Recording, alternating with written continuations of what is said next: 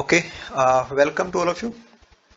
हमारा जो question discussion session चल रहा था, इसमें हम लोग बात कर रहे थे कि पर्टिकुलर जो हमारा इकोलॉजी यूनिट है और जो इवोल्यूशन का यूनिट हमने अभी लास्ट कंप्लीट किया है, उसके काफ़ी सारे क्वेश्चन हमने ऑनलाइन टेस्ट में रखे थे। जो आप लोगों ने उसमें पार्टिसिपेट भी किया था, वो हमारे डिस्कस हो चुके हैं।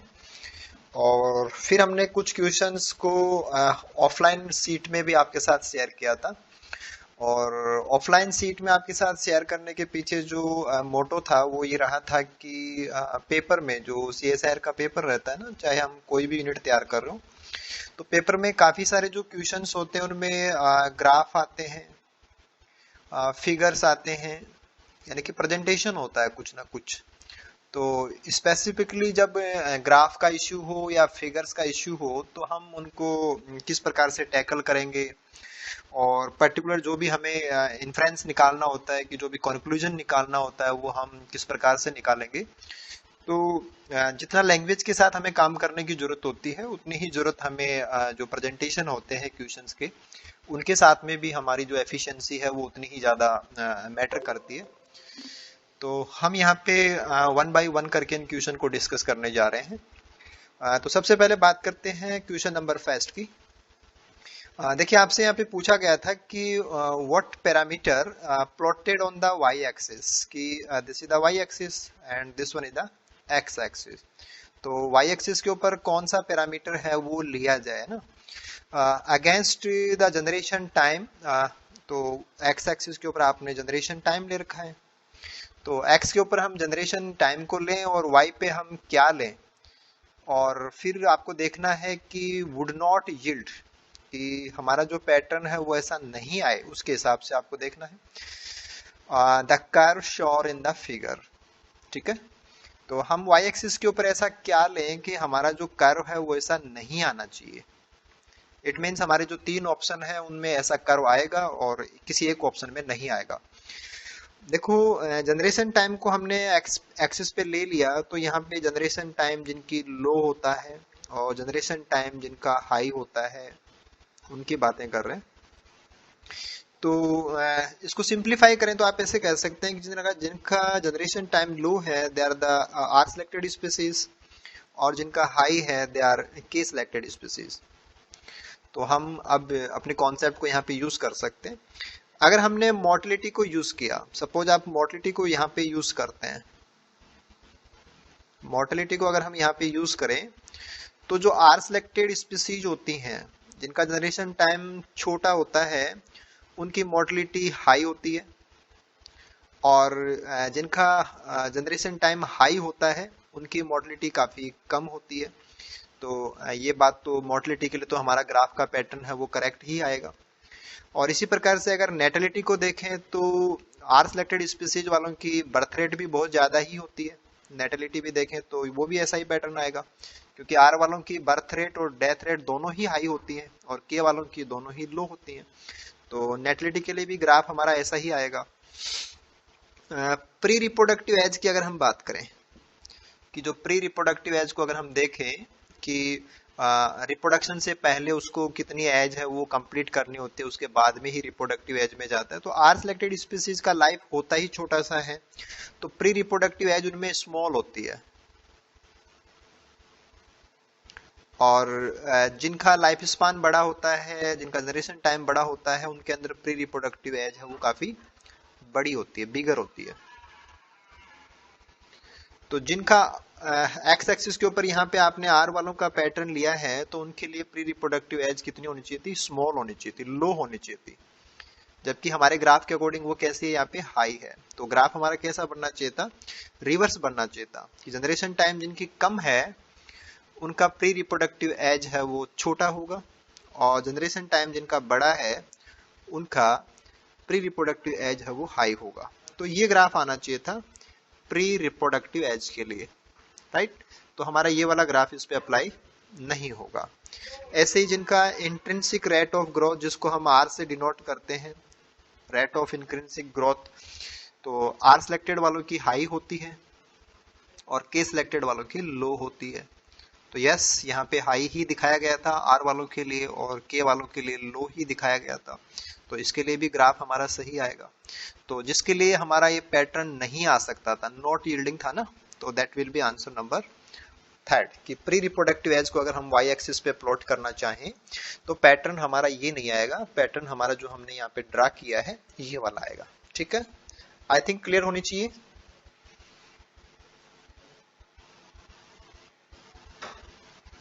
क्लियर है ना? ओके ठीक है। देखो ये एक पर्टिकुलर पैट सेक्शन मान सकते हैं कि ऐसे क्वेश्चन बार बार आ रहे हैं कि the following graph for a logistically growing population. तो लॉजिस्टिकली लेते ही आपको कैरिंग कैपेसिटी लेनी होती है, यानी कि कैरिंग कैपेसिटी को ध्यान में रख के ही आप सॉल्व करेंगे। द एंटी यानी कि जो भी नंबर होता है, this is the anti. Population size को आपने एक्स एक्सिस के ऊपर ले लिया है and what is the parameter on the Y axis. तो वाई एक्सिस के ऊपर कौन सा पैरामीटर होगा, तो पॉपुलेशन अगर लॉजिस्टिकली ग्रो कर रही हो, एक्स एक्सिस के ऊपर आपने नंबर ले रखा हो, और पैटर्न अगर आपका एक बेल शेप आ रहा है, अगर ग्राफ का पैटर्न हमारे पास एक बेल शेप आ रहा है, इसका मतलब स्टार्टिंग में ये जो भी पैरामीटर है वो बढ़ता है, फिर अपनी एक पीक पे चला जाता है और फिर वापस से लो हो जाता है। तो ऐसा कौन सा पैरामीटर होता है जो इस प्रकार से बिहेव करता है, तो वो आपके पास कौन था, dn ओवर dt। कि जब हम यहाँ पे dn ओवर dt यानी कि चेंज इन नंबर लेते हैं, कि पॉपुलेशन में जो चेंज होता है अगर हम उसकी बात करें तो स्टार्टिंग में चेंज है वो इंक्रीज होंगे, यानी कि थोड़ा सा ग्रोथ है वो बढ़ करके आता है, बाद में मैक्सिमम ग्रोथ आने लग जाती है। और उस समय पे हमने क्वेश्चन भी किए थे कि लास्ट डिस्कशन में कि जिस समय पे कोई पॉपुलेशन लॉजिस्टिकली ग्रो करते हुए मैक्सिमम चेंज दे रही होती है, उस समय पे वैल्यू क्या होती है, दैट इज द वैल्यू के हाफ, जिसके रिगार्डिंग भी क्वेश्चन सीएसआर ने कई बार पूछे हैं। तो this is direct forward question था, आपको पता होना चाहिए कि अगर हमारा पैटर्न है वो बेल शेप्ड आ रहा है तो डेफिनेटली पैरामीटर हमें क्या लेना होता है कि चेंज लेना होता है, और चेंज को हम डिनोट करते हैं dn ओवर dt के फॉर्म में। ओके, आई थिंक यहाँ भी कोई दिक्कत नहीं होनी चाहिए, राइट? ओके ठीक है। देखिए ये जो नेक्स्ट क्वेश्चन है ये मैकार्थन एंड विल्सन मॉडल का क्वेश्चन है कि following figure shows MacArthur and Wilson's equilibrium model. कि हमें पता था कि कोई आइसलैंड जो होता है उसके ऊपर मेनलैंड से स्पीसीज पहले आना चालू होते हैं जिसको हम इमिग्रेशन बोलते हैं, और जब यहाँ पे उनका क्राउड हो जाता है तो फिर उनमें स्ट्रगल होगा और फिर कुछ स्पीसीज हैं वो लॉस्ट होने लग जाते हैं जिसको हम एक्सटिंक्शन बोलते हैं, और फिर दोनों के बीच में एक बैलेंस क्रिएट हो जाता है, दैट इज इक्विलिब्रियम।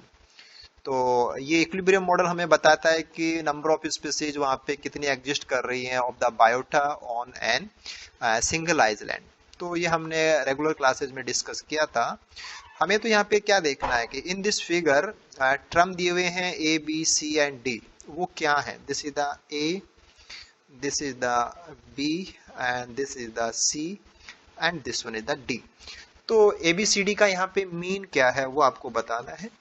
तो देखिए यहाँ पे दिया हुआ है रेट, स्पीड दी हुई है वाई एक्सिस के ऊपर, और जो एक्स एक्सिस है उसके ऊपर आपको दिया हुआ है नंबर ऑफ स्पीसीज प्रेजेंट। तो नंबर ऑफ स्पीसीज प्रेजेंट यहाँ पे आप लो ले लीजिए, यहाँ पे आप हाई ले लीजिए कि नंबर छोटा सा होता है नंबर बड़ा हो जाता है। तो ऐसी कौन सी चीज है कि नंबर ऑफ स्पीसीज जब कम होता है किसी आइसलैंड के ऊपर, आपको हमेशा इस क्वेश्चन को किसी आइसलैंड को ध्यान में रखते हुए सॉल्व करना होता है। तो जब आइसलैंड पे कोई भी स्पीसीज नहीं होती है या थोड़ी सी स्पीसीज होती है तो सबसे तेज क्या होता है, सबसे तेज स्पीड किसकी होती है, वो होती है इमिग्रेशन की। तो ये आपका क्या हो जाएगा, इमिग्रेशन, राइट। तो स्टार्टिंग में जो इमिग्रेशन है उसकी स्पीड है वो काफी हाई रहती है। ओके, उसके बाद में स्पीसीज यहाँ पे जुड़ती चली जाएंगी, स्पीसीज जुड़ती रहेंगी जुड़ती रहेंगी। उस समय पे स्टार्टिंग में जब नंबर बहुत कम होता है स्पीसीज का, तो एक दूसरी चीज होती है एक्सटिंक्शन, वो बहुत ही लो होता है, और जैसे जैसे स्पीसीज यहाँ पे ऐड होंगी जो एक्सटिंक्शन है वो लो से क्या हो जाएगा, हाई हो जाता है। इमिग्रेशन शुरू में हाई होता है, बाद में जैसे जैसे हमारे यहाँ का जो कॉलोनाइजेशन होगा आइसलैंड का, वैसे वैसे ये लो होने लग जाता है। तो जो पैरामीटर स्टार्टिंग में हाई था वो तो लो होने लग जाता है, इस पैटर्न को फॉलो करता है। और जो पैरामीटर पहले लो होता है वो बाद में हाई हो रहा होता है, और ये कौन होता है? एक्सटिंक्शन होता है। तो बी हमारे पास क्या आएगा? एक्सटिंक्शन आ जाएगा।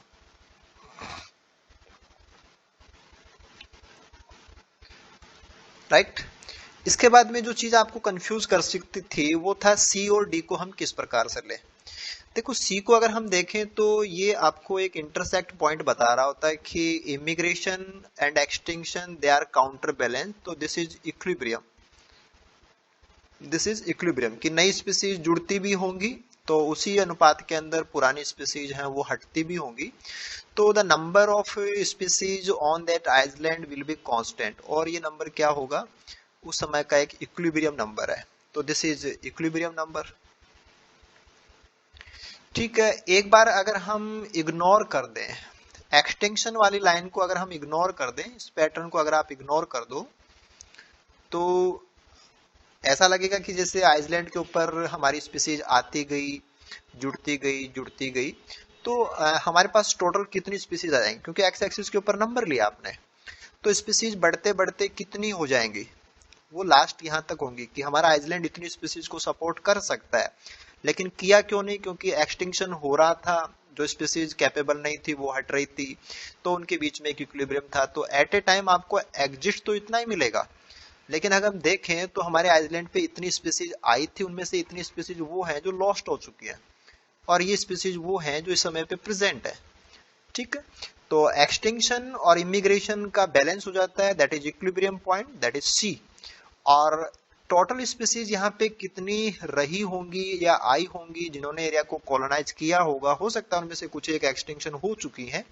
तो डी रिप्रेजेंट करेगा टोटल नंबर ऑफ स्पीसीज को, कि नंबर ऑफ स्पीसीज लेंगे तो आपकी जो लैंग्वेज यहाँ पे ऑप्शन में दे रखी है, this will be the size of species, size of species pool, कि टोटल नंबर ऑफ स्पीसीज है ये, नंबर ऑफ स्पीसीज जिन्होंने इसको कॉलोनाइज किया। ठीक है, ध्यान रखना आपको, जिन्होंने एरिया को कॉलोनाइज किया था।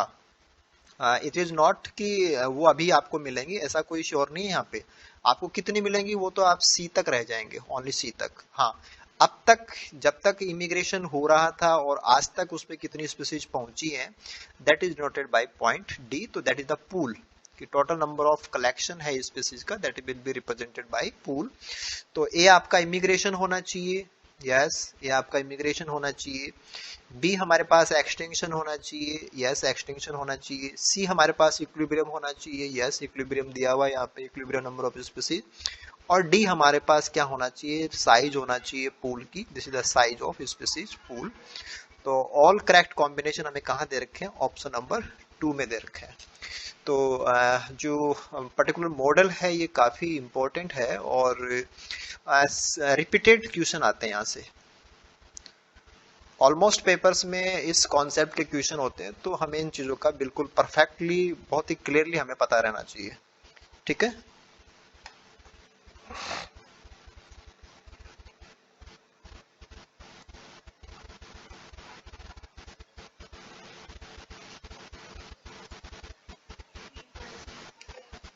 Okay, then we are moving to the next question.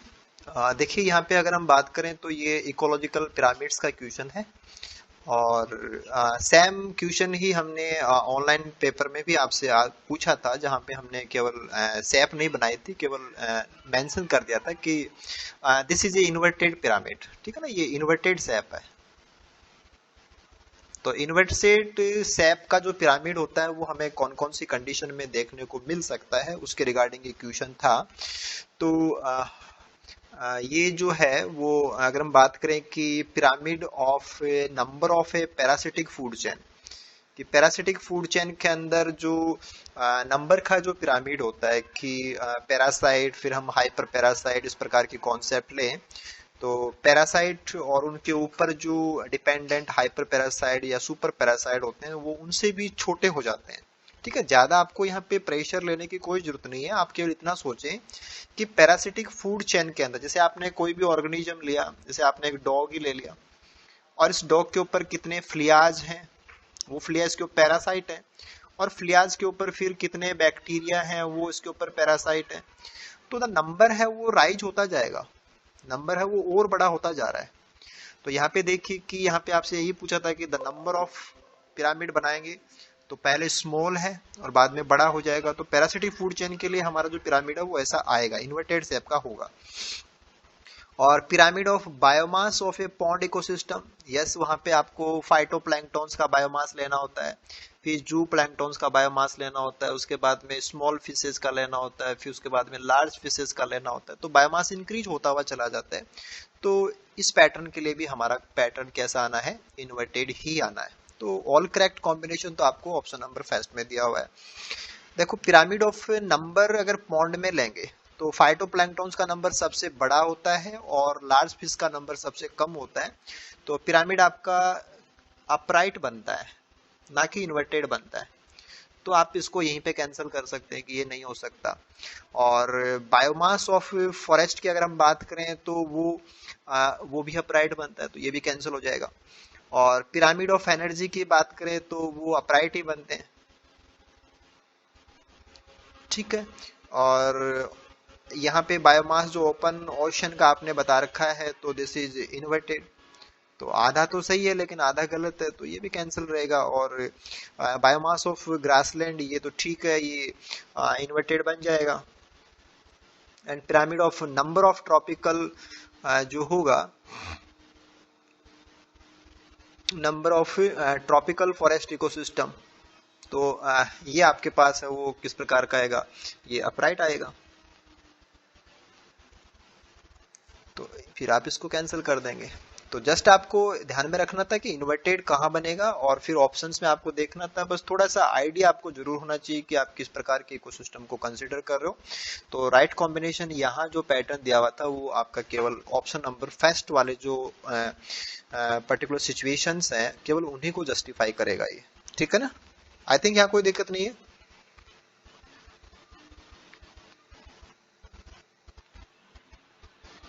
ठीक है ना, ओके।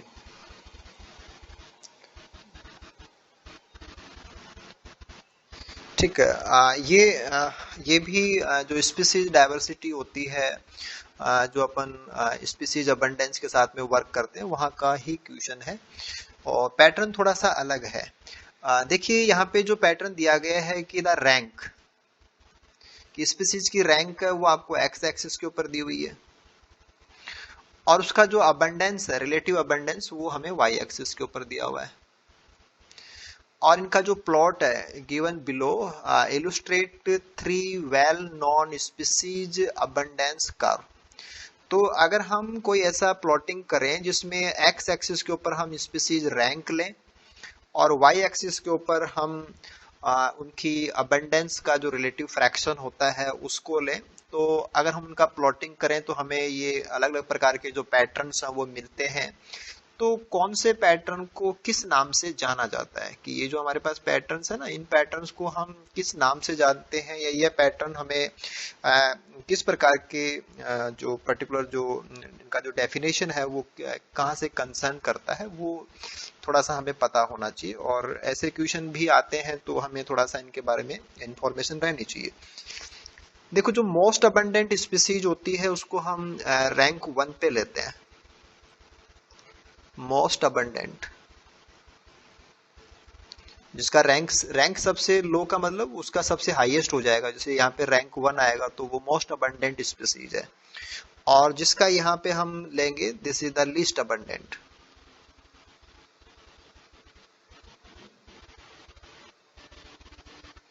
तो स्पीसीज की रैंक को हम एक्स एक्सिस पे दिखा देंगे, और एक्स के अंदर भी हम छोटी वैल्यूज को देंगे जो ज्यादा अबंडेंट होती है, और बड़ी वैल्यूज को देंगे जो लीस्ट अबंडेंट होती है।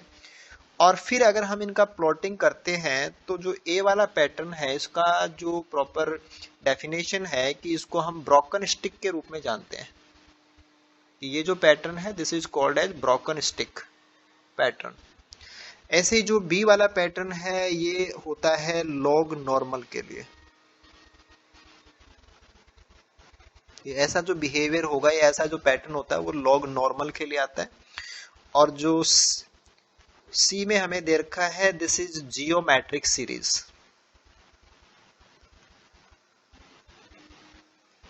जियोमेट्रिक सीरीज के लिए होता है सी वाला। और फर्दर आपको एक चीज इसमें और ध्यान रखनी है कि इसमें एक पैटर्न और भी होता है, जस्ट लाइक आप इसको ऐसा बना सकते हैं, जो इनके बीच में होता है, लॉग और जियोमेट्रिक के बीच में होता है, दिस इज लॉग सीरीज।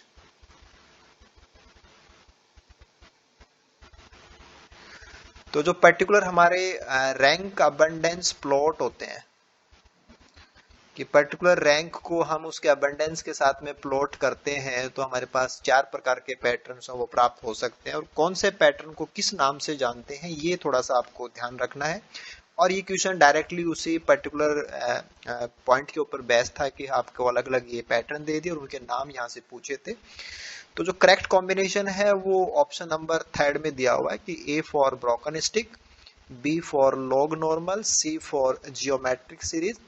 तो आप इसको फर्दर ऐड रखेंगे, ठीक है। और साथ में आप ध्यान रखेंगे कि जो इसमें एक पैटर्न डी और दिया जा सकता है। तो अगर नेक्स्ट बार किसी क्वेश्चन में ऐसा कुछ आए कि लॉग सीरीज दिया हुआ हो, तो आप उसका ध्यान रखना कि लॉग सीरीज को हम यहाँ पे रिप्रेजेंट करते हैं, ठीक है।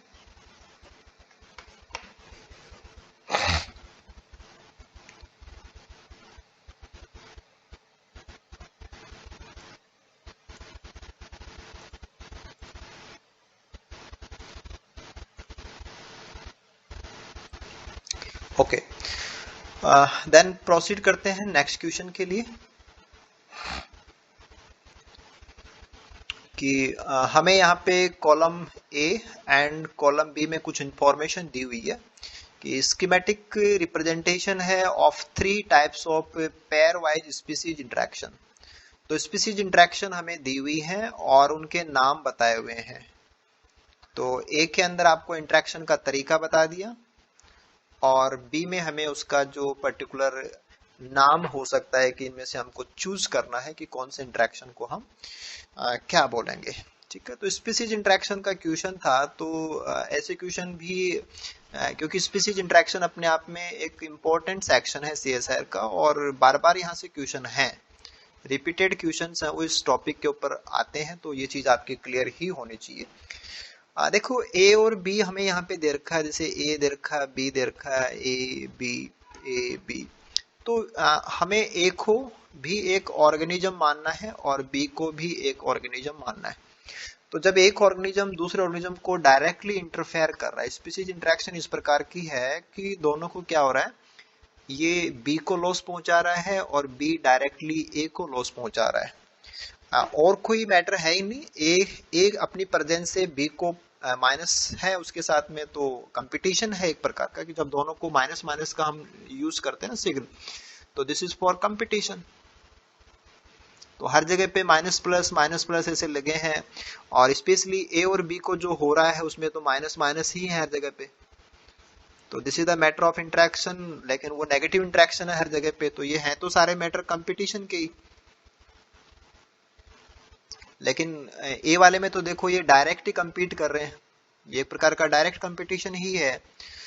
तो जब डायरेक्टली कोई compete करता है तो उसको हम बोलते हैं इंटरफेरेंस कंपटीशन।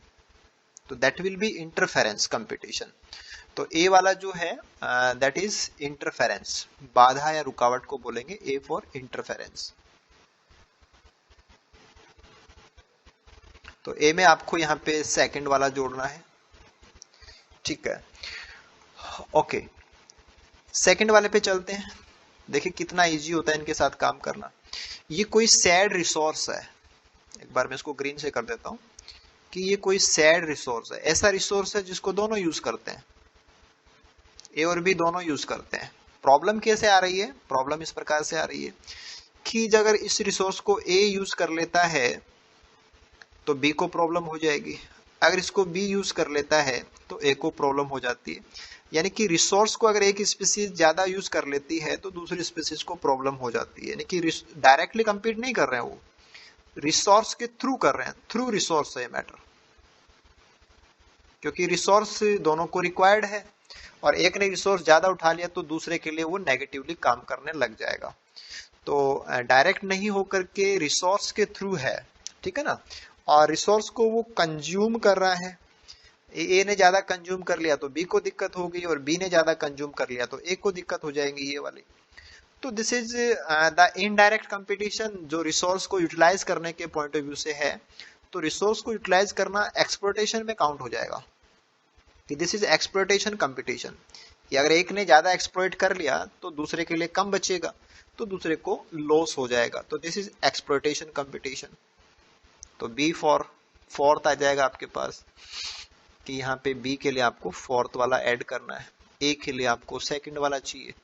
तो दिस इज एक्सप्लोइटेशन, राइट।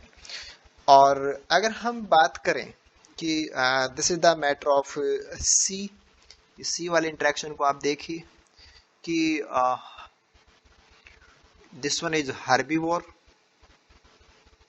तो थोड़ा सा आपको ध्यान देना था कि ये हर्बीवोर है तो ये प्लांट तो नहीं है, ये कौन है, ये तो एनिमल है। प्लांट्स को खाने वाला ना, ग्रीन प्लांट्स को खाने वाला ये तो एनिमल है कोई न कोई। और ये सब कौन है, ए कौन है और बी कौन है। अगर ये प्लांट्स को खाने वाला है तो ये ए भी कौन है, प्लांट है, और बी भी कौन है, प्लांट है। 1 सेकेंड।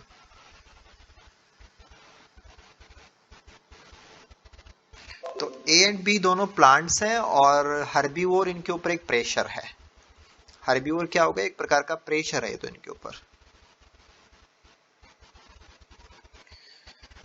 ओके। तो अगर हर्बीवोर ने ए को ज्यादा कंज्यूम कर लिया तो बी को फायदा हो जाता है, और बी को ज्यादा कंज्यूम कर लिया तो ए को रिलीफ हो जाता है। लेकिन आगे चल के क्या हो जाएगा, हर्बीवोर ए और बी दोनों के लिए प्रॉब्लम है। अगर हर्बीवोर का नंबर बढ़ेगा तो वो ए को भी कंज्यूम करेंगे और बी को भी कंज्यूम करेंगे। कुछ ऐसा है कि अगर ए ज्यादा हुआ तो हर्बीवोर बढ़ जाएंगे, फिर बी को उसका खामियाजा उठाना पड़ेगा। और बी ज्यादा हो गया तो हर्बीवोर उसको खाएगा, तो क्योंकि प्रोबेबिलिटी बढ़ जाएगी बी के फूड के रूप में अवेलेबल होने की। तो हर्बीवोर का नंबर बढ़ेगा, और बढ़ा हुआ नंबर है वो दोनों को प्रॉब्लम देगा, राइट। तो इसलिए ए का बढ़ना भी बी के लिए दिक्कत है, और बी का बढ़ना भी ए के लिए दिक्कत है, और वो दिक्कत है हर्बीवोर के नंबर बढ़ने के थ्रू।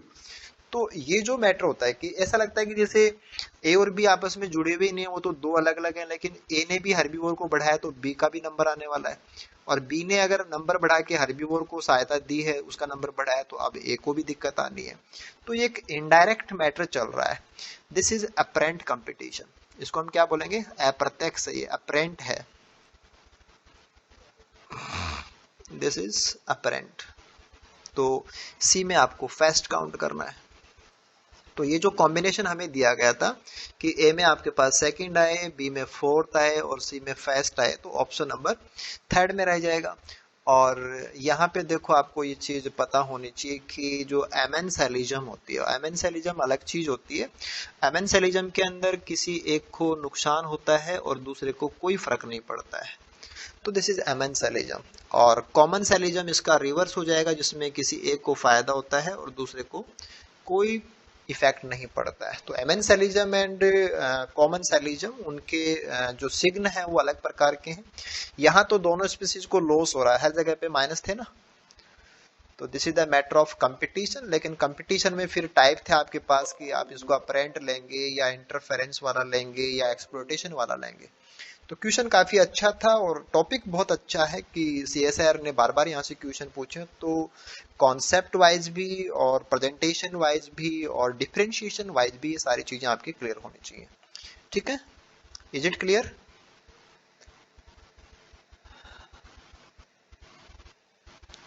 साहिन क्लियर है ना? ओके, ठीक है।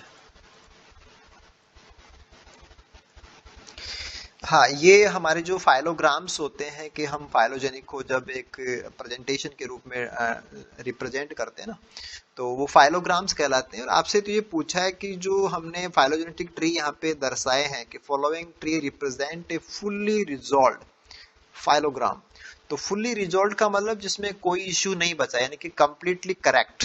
फुल्ली रिजॉल्व का मतलब दिस इज कंप्लीटली करेक्ट कि उसमें प्रेजेंटेशन के पॉइंट ऑफ व्यू से या कॉन्सेप्ट के पॉइंट ऑफ व्यू से कोई भी एरर नहीं है, नो एरर।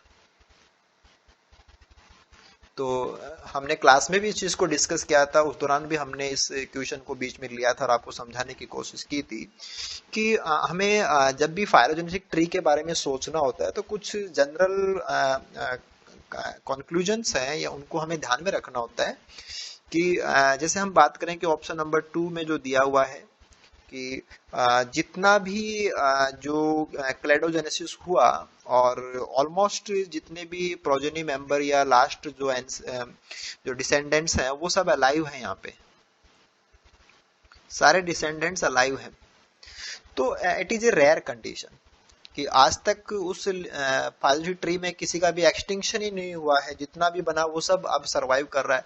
तो ये थोड़ा सा ऐसा है कि एक एक्सेप्शनल सा केस है जो नॉर्मली एक्सेप्ट नहीं किया जाना चाहिए। एक तो इसमें एक प्रॉब्लम थी, दूसरा यहाँ पे ये जो यहाँ पे दिखाया गया था कि वो बाइफरकेट नहीं होकर के इसमें 3 ब्रांचें दिखा रखे हैं, तो ये बीच वाला तो वो का वही चल रहा था और इसमें बाइफरकेट होकर के 2 साइड में ब्रांचेज और आ गई। तो this is a wrong presentation कि ऐसा नहीं होता है। ठीक है, तो सारे मेंबर अलाइव हैं, ये गलत था।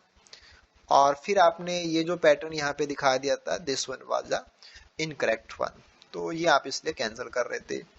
यहाँ पे देखते हैं तो यहाँ पे ऐसा कुछ तो नहीं था कि 3 वाला तो नहीं देखेंगे लेकिन सारे अलाइव हैं, तो इट इज अगेन अनजस्टिफाइड, तो ये गलत हो जाएगा।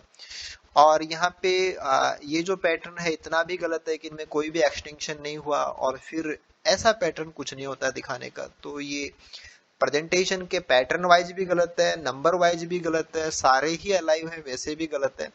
तो 2, 3, 4 ये सब रॉन्ग प्रेजेंटेशन थे, इनमें एक भी फाइलोग्राम ऐसा नहीं है जो फुल्ली रिजॉल्व है। अब देखिए हम ऑप्शन नंबर फर्स्ट की बात करते हैं। ऑप्शन नंबर फर्स्ट में ये एक्सटिंक्ट हो गया है, दिस वन एक्सटिंक्ट, ये एक्सटिंक्ट, ये एक्सटिंक्ट, और एक्सटिंक्ट भी वो अलग अलग टाइम पे हुए हैं, ऐसा नहीं कि सारे एक ही टाइम पे एक्सटिंक्ट हुए हैं, सबका एक्सटिंक्शन का टाइम भी अलग अलग है। और उसके बाद में जो लास्ट मेंबर्स हैं वो यहाँ अलाइव हैं, बस बाकी सारे अलाइव भी नहीं है, एक्सटिंक्ट भी है। कहीं पर भी हमें जो क्लेडोजेनेसिस का पैटर्न है वो इस प्रकार से भी नहीं मिला, राइट। तो पैटर्न भी बिल्कुल सही है। तो this one is the last option कि जो यहाँ दिया हुआ था वो एक ऐसा हम फाइलोग्राम ले सकते हैं जिसमें प्रेजेंटेशन वाइज या रिजोल्यूशन देखें या उसमें जो एरर्स देखें तो ऐसा कुछ भी नहीं था, वो फुल्ली रिजॉल्व माना जा सकता है। ठीक है, तो ऐसे पैटर्न भी, जैसे यहाँ पे डायरेक्टली क्वेश्चन है कि आपको ट्री दे दिया और फिर आपसे पूछा जा रहा है कि पैटर्न देख के बताइए कि हाँ सबसे सही पैटर्न कौन सा है। तो ट्री को हम जब डिस्कस करें तो हमें किन चीजों का ध्यान रखना होता है तो वो भी थोड़ी हमें पता होनी चाहिए। ओके ना।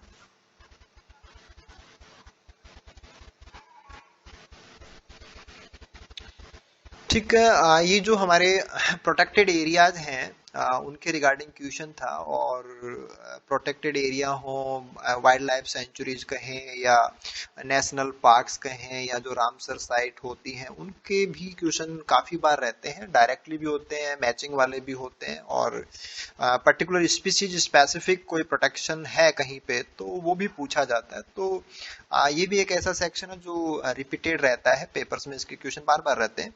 हमें तो यहाँ पे मैचिंग करनी है, एप्रोप्रिएट मैचिंग करनी है कि प्रोटेक्टेड एरिया और फिर उसका एग्जाम्पल कौन है। तो this is the category and this one is protected area. तो अगर हम बात करें कि जैसे बायोस्फीयर रिजर्व की बात करें तो बायोस्फीयर रिजर्व के अंदर जो नंदा देवी है, this is the biosphere reserve. National parks की अगर हम बात करें तो Sundarban, this is national parks. Ramsar sites की अगर हम बात करें तो लॉकटक लेक, ये तो एक ऐसा सेक्शन है जिसपे बहुत सारे क्वेश्चन सीएसआर ने पूछे हैं। तो लॉकटक लेक को तो आपको वैसे भी ध्यान रखना है कि ये तो इतना फेवरेट सेक्शन है सीएसआर का, और इधर से जो रामसर साइट्स होती हैं they are also called as wetlands. ठीक है ना, वेटलैंड। तो वेटलैंड बहुत ही इंटरेस्टिंग सेक्शन है सीएसआर के पॉइंट ऑफ व्यू से कि हमें बहुत बड़ा फायदा वेटलैंड के क्वेश्चन से मिलता है, और उसमें भी काफी बार वो लॉकटक से जुड़े हुए क्वेश्चन को हमसे पूछता है, राइट। तो ये तो एक ऐसा सेक्शन है कि आपको बाकी चीज ना भी पता हो तो भी ये चीज तो हमें पता होती है, ठीक है। अगर आपको यही पता होता तो सी में सेकंड ऑप्शन ही आना है, और कहीं सेकंड ऑप्शन है ही नहीं, तो ये सारे बाकी गलत ही हैं। तो ऑप्शन तो फर्स्ट ही सही होना था, और यहाँ आप इनको ऐसे मैचिंग करें तो आपके पास ये आना भी है। तो ए में देखिए थर्ड वन था, yes, Nanda Devi national biosphere reserve. B में फोर्थ है, this is Sundarban national parks. C में सेकंड होना चाहिए, this is Loktak. And D में फर्स्ट होना चाहिए, वाइल्ड लाइफ सेंचुरी चंबल, ठीक है। आप में कई सारे स्टूडेंट हैं वो जानते हैं Chambal, Chambal wild life sanctuary है, तो आपके आपके शहर का ही मामला है कईयों के, तो राइट। तो कई बार तो काफी सिंपल मैचिंग के क्वेश्चन भी होते हैं, और थोड़ा सा आगे चलेंगे ना तो फिर हम देखेंगे कि मैचिंग के क्वेश्चन में भी एक इतनी स्मार्टनेस होती है कि आप उसको लगाएं। तो राजा जी भी नेशनल पार्क की है, ठीक है ना। अगली बार ध्यान रखें तो ऐसा कुछ आए तो this is again national park, ठीक है। तो आप इन एडिशनल चीजों का भी ध्यान रखें। तो कुछ है जैसे डायरेक्ट क्वेश्चन है कि आपको पर्टिकुलर चीजें थोड़ा सा ध्यान होना चाहिए, ताकि और फिर उसमें भी कुछ ना कुछ तो ऐसा जरूर मिलेगा जो इतना इम्पोर्टेंट होता है कि वो तो कम से कम सबको पता होता है, और उसके आधार पे भी क्वेश्चन को किया जा सकता है, ठीक है। ओके, देखिए then this is the next one question, और ये एक अच्छा अच्छा मान सकते हैं इस पैटर्न को, क्योंकि जो लाइफ टेबल के क्वेश्चन होते हैं ये कुछ ऐसे ही डिजाइन होकर के आते हैं, और हर बार ये 4 नंबर के लिए क्वेश्चन होता है, तो काफी इंटरेस्टिंग होता है। केवल कैलकुलेशन का वर्क होता है, अगर आपने कैलकुलेट सही कर दिया है तो कोई इश्यू भी नहीं होता है। देखो रेगुलर क्लास में भी मैंने आपको बताया था कि पहला काम जो होता है वो हमें इन कॉलम्स को कंप्लीट करना होता है। कॉलम को कैसे कंप्लीट करते हैं, देखो नंबर ऑफ अलाइव जिंदा कितने थे और नंबर ऑफ डाइंग की डेथ कितने की हो रही है, तो उसको हमें एडजस्ट करना होता है। देखिए 100 ऑर्गेनिज्म अगर प्रेजेंट हो तो कितने कितने की डेथ हो जाए कि 70 अगली पीढ़ी में या अगली एज ग्रुप के अंदर प्रेजेंट रहो, तो यहाँ पे 30 की डेथ होनी चाहिए। तो फिर अगली पीढ़ी अगले जो एज क्लास है उसमें 70 हमें अलाइव मिल जाएंगे। अब यहाँ पे आपको कोई फिगर नहीं दे रखा, यहाँ पे कोई फिगर नहीं दे रखा, लेकिन यहाँ पे 50 दे रखा है। तो 50 हमारे पास डाइंग हो, 50 हमारे पास डेथ हो रही है उनका नंबर हो, और 20 उससे अगली एज में हमारे पास बच जाएं। तो ऐसा कब हो सकता है, जब यहाँ पे कितने हो 70 हो, कि 70 में से 50 की डेथ हो जाए तो 20 हमारे पास अगले एज ग्रुप में बच जाएंगे। और फिर आप इनको देखिए कि अगर 70 पिछले एज ग्रुप में थे और 70 ही अगली एज ग्रुप में थे, तो यहाँ डेथ किसी की नहीं होनी चाहिए, डेथ शुड बी 0। तो ऐसे आप यहाँ पे लगा सकते हैं कि 20 प्रेजेंट थे, 5 की डेथ हो गई, तो दिस इज द नंबर 15। तो ऐसे पहला काम तो होगा कि आप इनको कंप्लीट कर लीजिए। देन अगला काम हमें करना होता है कि एज स्पेसिफिक सर्वाइवसिव, इसको आप ऐसे समझें कि यहाँ पे कुछ एज क्लास होती हैं, और एज स्पेसिफिक सर्वाइवसिव का मतलब ये होगा कि शुरू में जितने होते हैं, शुरू में सारे ही प्रेजेंट होते हैं, तो उसके कंपैरिजन के अंदर कौन सी क्लास वाले कितने सरवाइव कर रहे हैं। सरवाइव कर रहे हैं का मतलब अलाइव देखना, आपको नंबर ऑफ अलाइव देखना है। तो स्टार्टिंग वाले को देखिए कि 100 थे और 100 ही जिंदा है, तो ये वैल्यू कितनी आ जाएगी 100 अपॉन 100 इज इक्वल टू 1, कि 100% जिंदा है।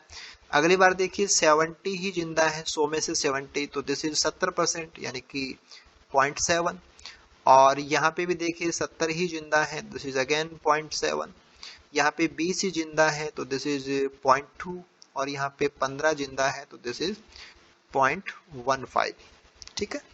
तो मेन केवल ये था कि कौन सी एज के स्टार्टिंग वालों के कंपैरिजन में कितने परसेंट, तो ये 100% था, ये 70%, 70%, 20% और 15%, आपको रिप्रेजेंट ऐसे करना होता है, ठीक है। ये हमारा काम यहाँ का हो गया।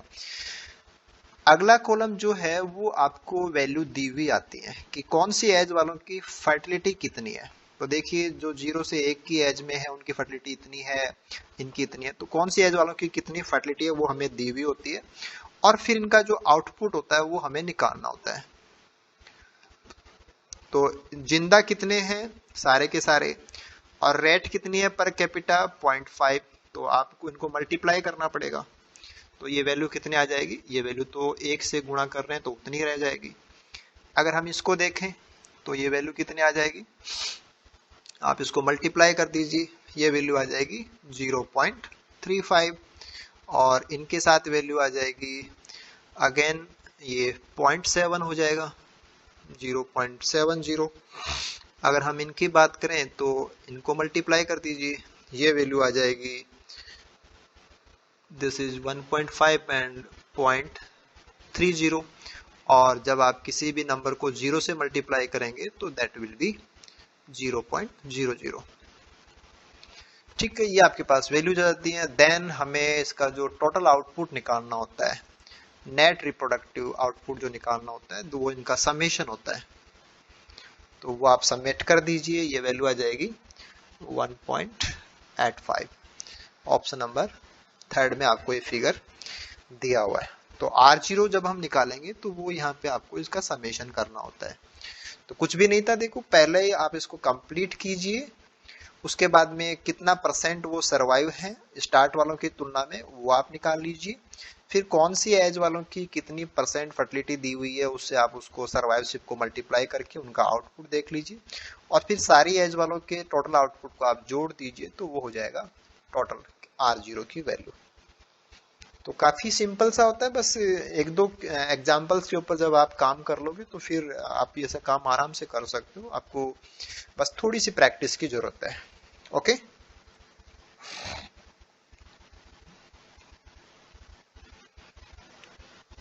ओके शशिकला,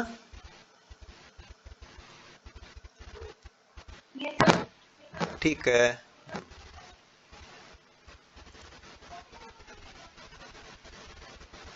ओके, देखिए ये डिस्टरबेंस का इम्पैक्ट जो होता है उसके रिगार्डिंग क्वेश्चन था कि the possible relationship between level of disturbances and species diversity. तो एक चीज डिस्टरबेंस लिया है, दूसरी चीज स्पीसीज डाइवर्सिटी ली हुई है। In a biological community are the species diversity is unaffected by disturbance, कि डिस्टरबेंस से उसको कोई फर्क ही नहीं पड़ेगा, तो हमारी बायोडाइवर्सिटी कैसी रहेगी, कांस्टेंट रहेगी, उसमें चेंज ही नहीं है। और अब कह रहा है कि स्क्रीन शो नहीं हो रहा है, बाकी को हो रहा है क्या, बाकी को नहीं हो रहा, कोई दिक्कत नहीं।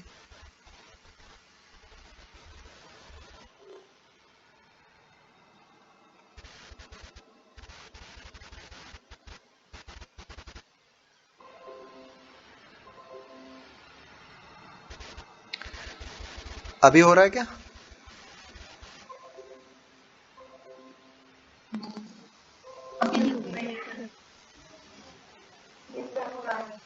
हो जाना चाहिए, आई थिंक हो रहा है ना। और देखिए, अब देखिए यहाँ पे कि इस biological diversity is highest eight intermediate level of disturbance. तो डिस्टरबेंस का जब बीच वाला लेवल होगा तब वो हाईएस्ट होगी ऐसे, और डिक्रीजेज एक्सपोनेंशियली का मतलब बहुत तेजी से गिरेगी with increasing level of disturbance, कि डिस्टरबेंस बढ़ाते ही बहुत तेजी से डाइवर्सिटी कम हो जाएगी ऐसे, और start decreasing only at higher level of disturbance, कि बायोडाइवर्सिटी जब लो डिस्टरबेंस है तब तो ज्यादा प्रभावित नहीं होगी, लेकिन जब डाइवर्सिटी डिस्टरबेंस हमने काफी ज्यादा कर दिया हो तो वो बहुत अच्छे से प्रभावित हो जाएगी। तो ये कौन सा पैटर्न कौन से ग्राफ से कोरिलेट करता है वो आपको चेक करना था। देखो यहाँ डिस्टरबेंस दिया हुआ है सभी ग्राफ में, और यहाँ पे स्पीसीज की जो डाइवर्सिटी है वो दी हुई है वाई एक्सिस के ऊपर। तो एक्स और वाई एक्सिस के ऊपर पैरामीटर तो सब में एक ही है, कोई दिक्कत नहीं है यहाँ से। तो अब यहाँ देखिए कि हम डिस्टरबेंस को चाहे कितना भी कर दें, स्पीसीज डाइवर्सिटी पे कोई फर्क नहीं पड़ेगा। ये पैटर्न ये रहेगा कि यहाँ पे डिस्टरबेंस आपने लो रखा या हाई किया, रिचनेस उतनी ही रहेगी, दिस इज कांस्टेंट। तो ऐसा पैटर्न हमें दे रखा है बी में, तो जो ये आएगा दिस इज फॉर ए। कि ए का जो स्टेटमेंट है उसको फॉलो कर रहा है हमारा बी वाला ग्राफ। ठीक है, ऐसे हम बात करें कि डाइवर्सिटी हमारी हाईएस्ट है eight intermediate level of disturbance, तो वो ये है कि डिस्टरबेंस जब बीच वाला है, इंटरमीडिएट है, तब डाइवर्सिटी सबसे हाई है, तो दिस इज फॉर बी। और डिक्रीजेज एक्सपोनेंशियली, जब आप डिस्टरबेंस का लेवल बढ़ा देते हैं, तो डिस्टरबेंस का लेवल नहीं बढ़ाते तब तक तो कम रहती है, जैसे ही बढ़ा देंगे तो अचानक से डाइवर्सिटी कम हो जाती है, तो दिस इज फॉर सी। और फिर आपके पास डी बच गया कि start decreasing only at higher level of disturbance, तो डाइवर्सिटी पहले तो बहुत बड़ी होती है और गिरना कब चालू होती है, जब हम डिस्टरबेंस को काफी बढ़ा देते हैं, तो दिस इज फॉर डी। तो अब इनको आप कोरिलेट कर सकते हैं, आपके ऑप्शंस की जो लैंग्वेज दे रखी है कि फर्स्ट आपका डी के साथ होना चाहिए, सेकंड आपका ए के साथ होना चाहिए, तो फर्स्ट सी के साथ होना चाहिए, सेकंड ए के साथ होना चाहिए, थर्ड बी के साथ होना चाहिए, और फोर्थ डी के साथ। फर्स्ट में आपके पास C, decrease exponentially with increasing level of disturbance, और हाँ ये हमने गलत कर दिया था ना कि decrease exponentially with increasing level, कि आपने डिस्टरबेंस को जैसे जैसे बढ़ाया वैसे वैसे तेजी से गिरेगा, तो दिस इज फॉर सी आएगा। क्योंकि हम एक्सपोनेंशियल ग्रोथ के लिए कैसा बनाते हैं कि शुरू में कम होता है फिर अचानक से बढ़ता है ऐसे, तो ये उसका रिवर्स ही है कि शुरू में कम हो रहा है फिर बहुत तेजी से बढ़ जाता है, डिक्रीजमेंट। और ये था कि start decreasing only at higher level of disturbance, यानी कि जब तक आपने लो लेवल ऑफ डिस्टरबेंस रखा तब तक तो ये लगभग कांस्टेंट ही होता है, और फिर अचानक से नीचे आता है, तो ओनली हायर के ऊपर ये ड्रास्टिकली डिक्रीज होगा, तो this is for D. Okay, तो फोर्थ में डी आना चाहिए, फर्स्ट में आपके पास सी आना चाहिए, तो ये ऑप्शन नंबर फोर्थ करेक्ट हो जाएगा। ठीक है, तो हालांकि ये तो काफी पुराने पेपर का क्वेश्चन है, तो ये तो एक बेसिक सा ट्रेंड है कि ऑलमोस्ट जो क्वेश्चन आते हैं वो तो केवल इस पैटर्न पे बेस्ड होते हैं कि कॉन्सेप्ट वाइज हमें पता होना चाहिए कि मोस्टली जो स्पीसीज डाइवर्सिटी है वो इंटरमीडिएट डिस्टरबेंस लेवल के ऊपर हाईएस्ट होती है। ठीक है ना? ओके अलका, आप शायद अभी ऐसा कुछ क्वेश्चन ही पूछ रहे थे। ओके ना, ठीक है। नेक्स्ट क्वेश्चन की बात करते हैं कि यहाँ पे 3 ग्राफ आपको दिए हुए हैं, ए, बी एंड सी, और ये पॉपुलेशन ग्रोथ को बता रहे हैं, पॉपुलेशन ग्रोथ के पैटर्न्स हैं, और इन रिलेशन टू एन और टाइम टी। देखो यहाँ पे टाइम बता रखा है, यहाँ पे नंबर बता रखा है, और यहाँ पे टाइम बता रखा है। फिर आपको देखना है कि which of the following is correct with reference to the Y axis level, कि वाई एक्सिस के ऊपर हम क्या लें कि हमारा पैटर्न ऐसा बन जाए।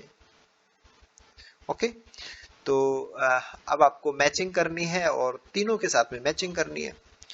तो जो पहले ऑप्शन को फॉलो करते हैं अपन कि वाई एक्सिस के ऊपर हम एन ले लें, कि वाई एक्सिस के ऊपर हम एन ले लें, और अगर हम अब इसकी प्लॉटिंग करें कि नंबर ही आपने यहाँ ले लिया और यहाँ पे समय लिया, तो पहले नंबर कम था, समय बढ़ने पे नंबर है वो हाई हो जाता है। ठीक है, और ये जो नंबर बढ़ने का जो पैटर्न आ रहा है वो ऐसा ग्राफ आ रहा है, ये क्या एक्सपोनेंशियल ग्रोथ को रिप्रेजेंट करता है?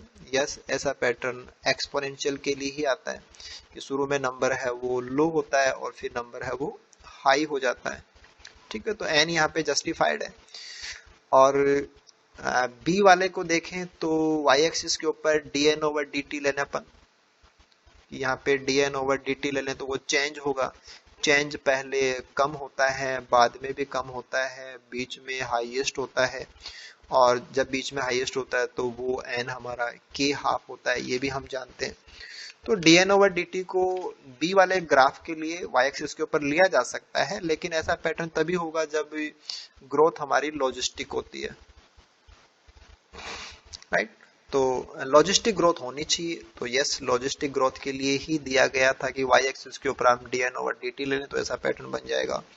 सी में देखिए कि आप वाई एक्सिस के ऊपर लॉग वैल्यू ले रहे हैं कि जो भी नंबर है उसका डायरेक्ट नंबर, ना यहाँ आपने डायरेक्ट नंबर लिया था और यहाँ पे हम उसका लॉग ले रहे हैं कि जो भी नंबर है उसका लॉग ले रहे हैं। तो एक्सपोनेंशियल ग्रोथ कर्व को जब हम जियोमेट्रिक स्केल पे शो करते हैं तो जे शेप्ड कर्व बनता है, और लॉग स्केल पे पर हम इसको शो करते हैं तो एक स्ट्रेट लाइन बनती है स्लोप के साथ, राइट। तो ये भी क्या है, एक्सपोनेंशियल का ही पैटर्न होता है, लेकिन हम नंबर को डायरेक्ट ना बता करके लॉग में रिप्रेजेंट करते हैं, तो पैटर्न हमारा जे शेप ना करके एक स्लोप विथ लाइन आ जाती है। तो ये हमारा एक्सपोनेंशियल का ही होगा, लेकिन हमने क्या लिया है यहाँ पे, डायरेक्ट ना लेकर के उसका लॉग नंबर लिया। तो फर्स्ट ऑप्शन में सब कुछ सही दिया हुआ है।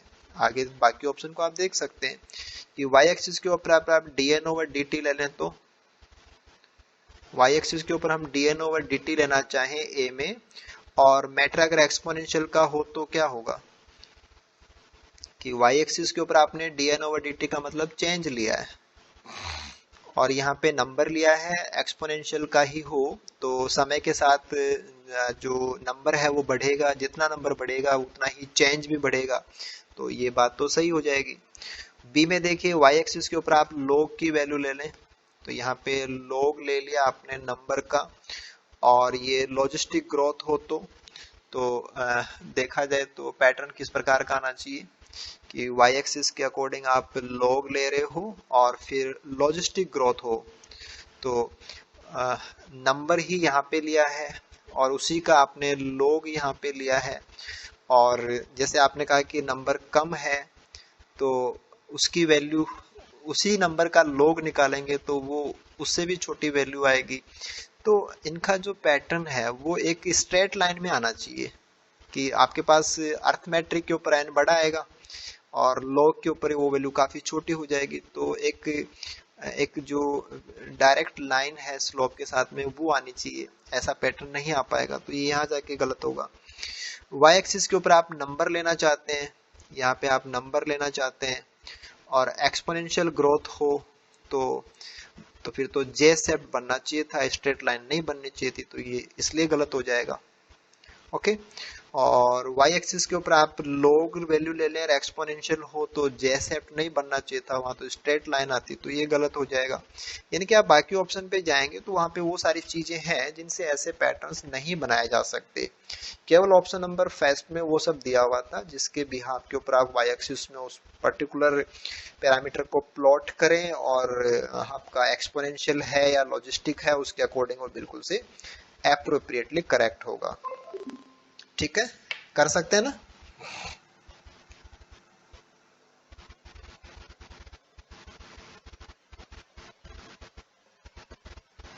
पुनित कोई दिक्कत नहीं है?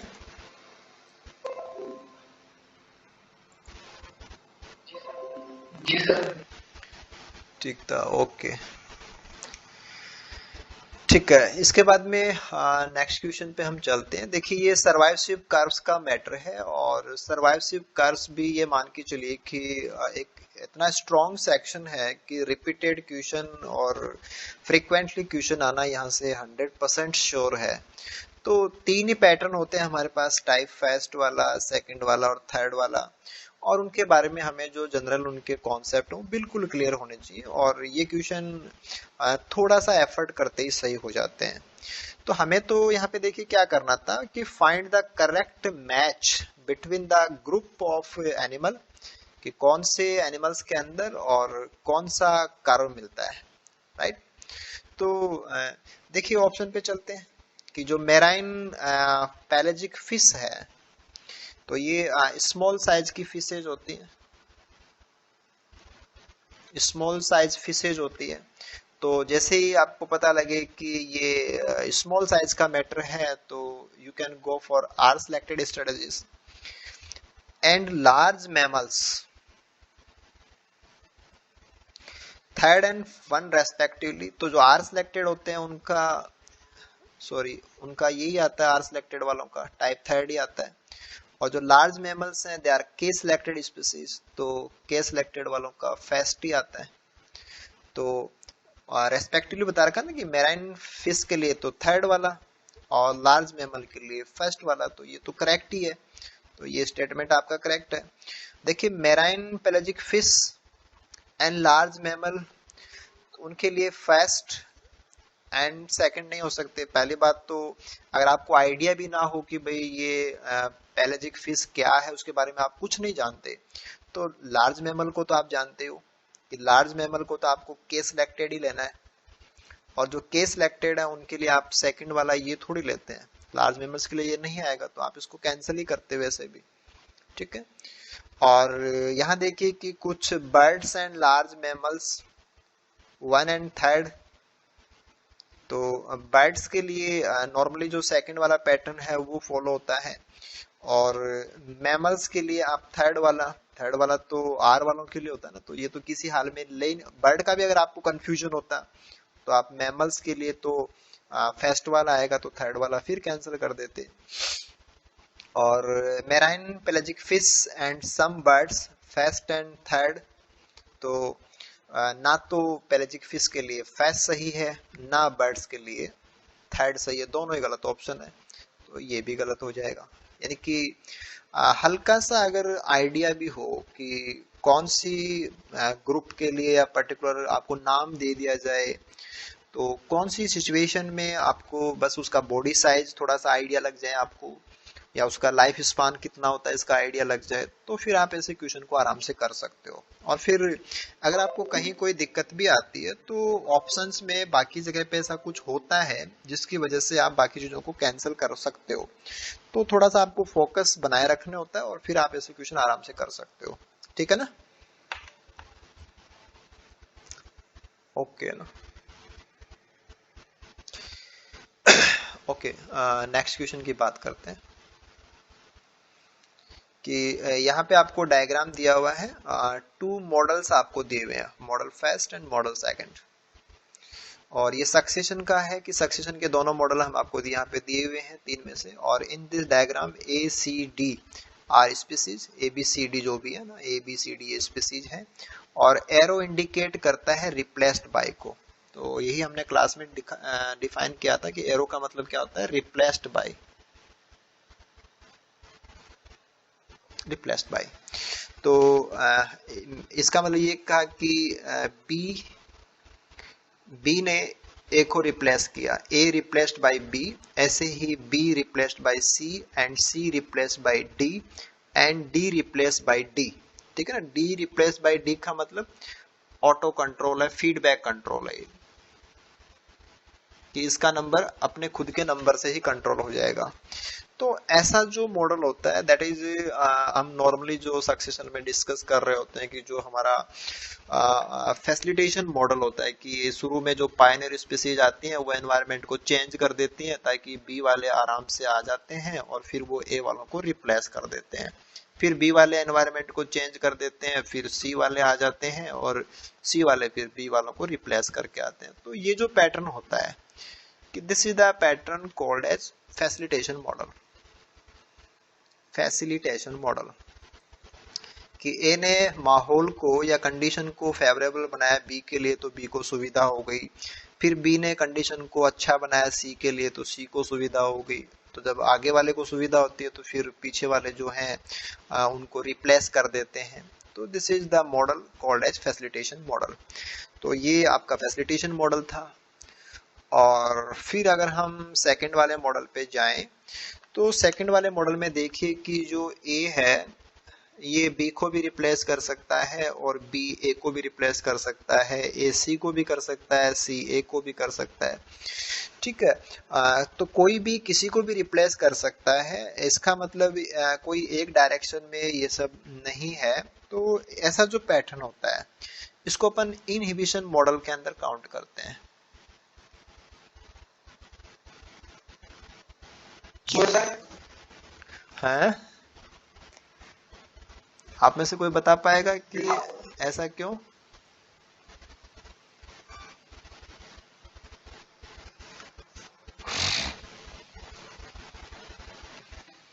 आप में से कोई भी? काफी स्टूडेंट ने इकोलॉजी की रेगुलर क्लासेस ली हैं और ऐसे क्वेश्चन को भी डिस्कस किया है, तो आप में से कोई बता पाएगा कि ऐसा क्यों? पुनित। सर थोड़ा हाँ बताना।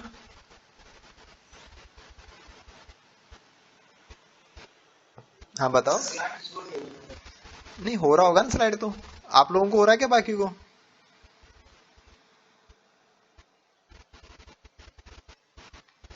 हेलो।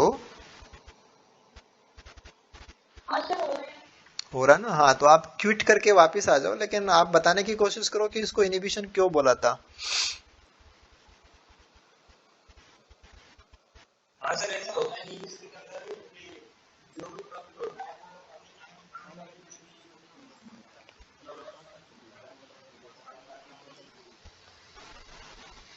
देखो इसको सिंपल आप ऐसे समझो कि ए बी को नहीं आने देना चाहता, और ऐसे ही बी ए को नहीं आने देना चाहता, और ना ए सी को आने देना चाहता है और ना सी ए को आने देना चाहता है। जो भी है वो इनिबिट करते हैं कि ये इसको इनिबिट कर रहा है और बदले में ये इसको इनिबिट कर रहा है। तो दिस इज इनिबिशन मॉडल कि ये हो जाए कि ए चला जाएगा, ऐसा भी नहीं है। ये हो जाए कि बी चला जाएगा, ऐसा भी नहीं है। और ये हो जाए कि ये दोनों को कोई प्रॉब्लम नहीं दे रहे, ऐसा भी नहीं है। तो इनिबिट करने की कोशिश की जा रही है कि मैं तेरे को नहीं आने दूंगा, दूसरे वाला मेरे को नहीं आने दे रहा है, दिस इज द कंडीशन। और फिर हमने डिस्कशन में ये भी लिया था कि ये एक ऐसा सेक्शन है जहाँ से बार बार क्वेश्चन आते हैं, इन मॉडल्स के भी क्वेश्चन आते हैं। तो केवल आपको ये एरो का निशान ही अगर समझ में आ जाए तो भी आपके काम हो जाएंगे कि ऐसा जो हमारा इंटरेक्शन का लेवल होता है, रिप्लेसमेंट का जो तरीका होता है कि एक्स वाई को रिप्लेस कर दे, वाई एक्स को रिप्लेस कर दे, तो this is for inhibition model. ठीक है, तो आपको वैसे भी ध्यान रखना है इसको। तो ये जो प्रॉपर कॉम्बिनेशन था वो यहीं पे दिया हुआ था कि जो फर्स्ट है वो फैसिलिटेशन के लिए है, और जो सेकंड वाला मॉडल था वो रिप्रेजेंट करता है इनहिबिशन मॉडल को।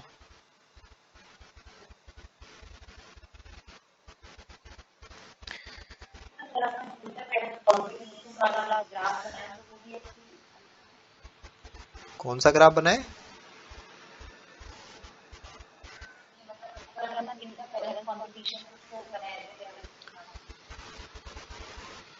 इंटरफेरेंस। इंटरफेरेंस कंपटीशन, ये क्या? आप इसको थोड़ा बताओ कि इंटरफेरेंस कंपटीशन क्या क्या सोच रहे हो आप?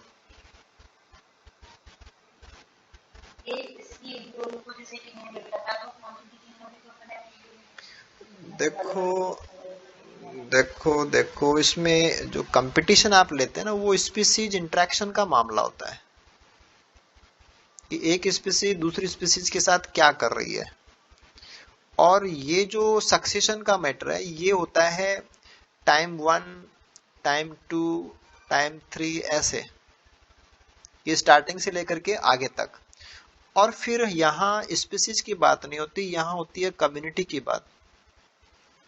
स्टार्टिंग में कम्युनिटी अलग थी, फिर कम्युनिटी अलग होती है, फिर कम्युनिटी अलग होती है, ऐसे कम्युनिटी चेंज होता है। क्योंकि सक्सेशन को हम क्या बोलते हैं? कम्युनिटी डायनेमिक्स बोलते हैं। कम्युनिटी डायनेमिक्स, वो स्पीसीज आपस में क्या रिश्ता रखती हैं वो अलग में मैटर होता है, स्पीसीज इंटरेक्शन। और कम्युनिटी डायनेमिक्स अलग चीज होती है। ये पूरा पूरा टोटलिटी हो जाएगा स्पीसीज का। This is the summation of species हो जाएगा ये तो। और ये कोई दो स्पीसीज के बीच में क्या चल रहा है उसका मामला होता है। और डायरेक्टली वो प्रॉब्लम देते हैं कि ये इसको दे रहा है, ये इसको दे रहा है, तो आप कहेंगे कि ये इंटरफेरेंस का मैटर है। तो इंट्रैक्शन, स्पीसीज इंट्रैक्शन दो स्पीसीज के बीच का मामला होता है, इसमें टाइम का कोई मतलब नहीं है। और सक्सेशन के अंदर दो टाइम के ऊपर दो प्रकार की कम्युनिटीज का मामला होता है।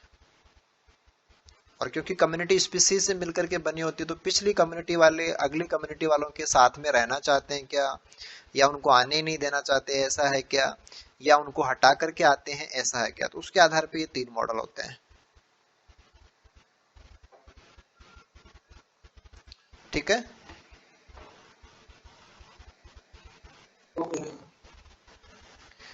ओके ना।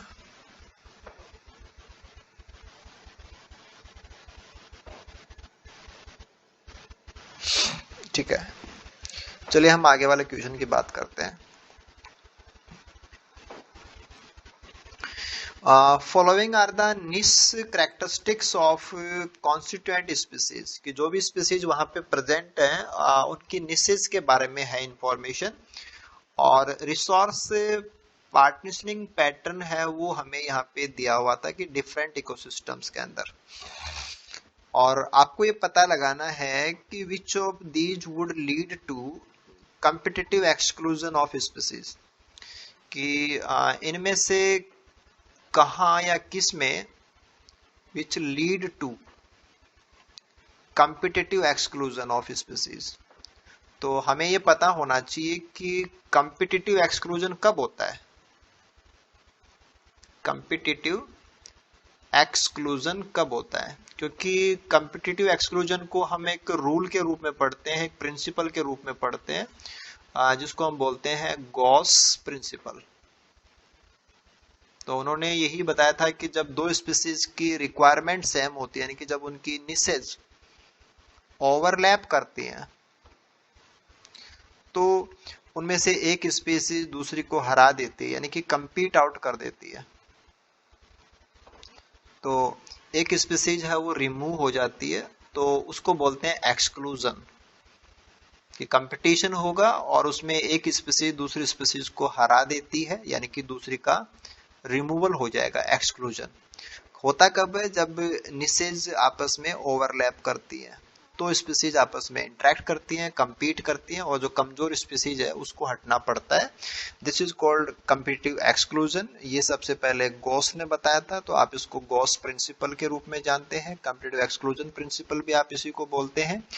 और हम यहाँ पे ये देखना चाहते हैं कि एक्सक्लूजन से तो स्पीसीज रिमूव हो जाती है, हट जाती है, और अगर स्पीसीज नहीं हटना चाहती है तो उसको फिर कुछ सॉल्यूशन निकालना होगा, और वो सॉल्यूशन होता है रिसोर्स पार्टीशनिंग, कि जो रिसोर्स है उसका बंटवारा कर लेते हैं, लड़ाई नहीं करते हैं, वो रिसोर्स का बंटवारा कर लेते हैं, तो उनकी लड़ाइयां बंद हो जाती हैं।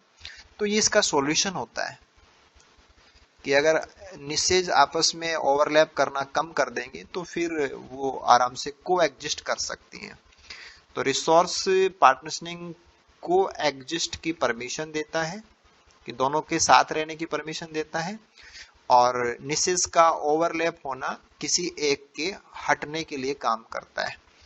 तो जितना ज्यादा निश ओवरलैप करेगा उतना ज्यादा हटना पॉसिबल है या संभावित है, और जितना ज्यादा निशेज ओवरलैप से बाहर आ जाएंगे या रिसोर्स है वो पार्टीशनिंग में चला जाएंगे, उतनी ही स्पीसीज हटने की बजाय को एग्जिस्टेंस की तरफ चली जाएंगे। तो आपको तो ये देखना था कि एक्सक्लूजन के लिए लीड टू एक्सक्लूजन, कि हटने के हिसाब से कौन सा पैटर्न सही होगा। तो देखिए यहाँ आप ग्राफ को देखिए कि पैटर्न्स में आपको क्या शो किया गया था। एक्स एक्सिस के ऊपर है एनवायरमेंट ग्रेडियंट सभी में, ठीक है, तो यहाँ पे तो एनवायरमेंट का ग्रेडियंट दिया हुआ है, ओके। वाई एक्सिस के ऊपर नेट प्राइमरी प्रोडक्शन दिया हुआ है, यानी कि स्पीसीज कितना बना पा रही है, कम्युनिटी कितना बना पा रही है, उसका प्रोडक्शन है ये, ठीक है। तो नेट प्राइमरी प्रोडक्शन को अगर आप देखें और एनवायरमेंट ग्रेडियंट के साथ में देखें, तो ये जो ओवरलैपिंग जोन आ रहे हैं, ये दोनों एक दूसरे को जहां ओवरलैप कर रहे हैं, दीज आर ओवरलैपिंग जोन, जहां पे दोनों स्पीसीज को आपस में इंटरेक्ट होना पड़ रहा है या कंपीट करना पड़ रहा है, these are the competition zones हैं। हालांकि यहां भी है लेकिन यहां पे छोटे हैं।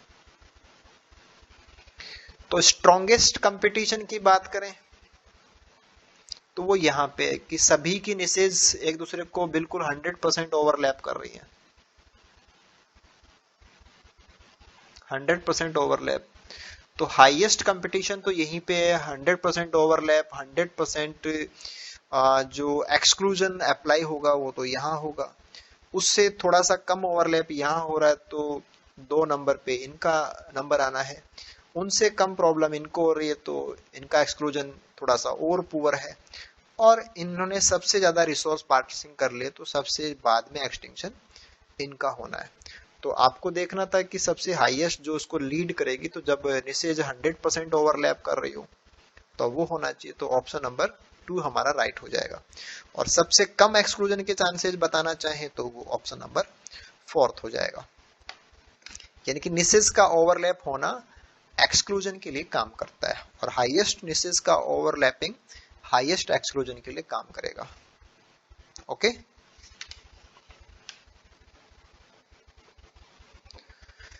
ठीक है। देखिए नेक्स्ट क्वेश्चन की बात करते हैं।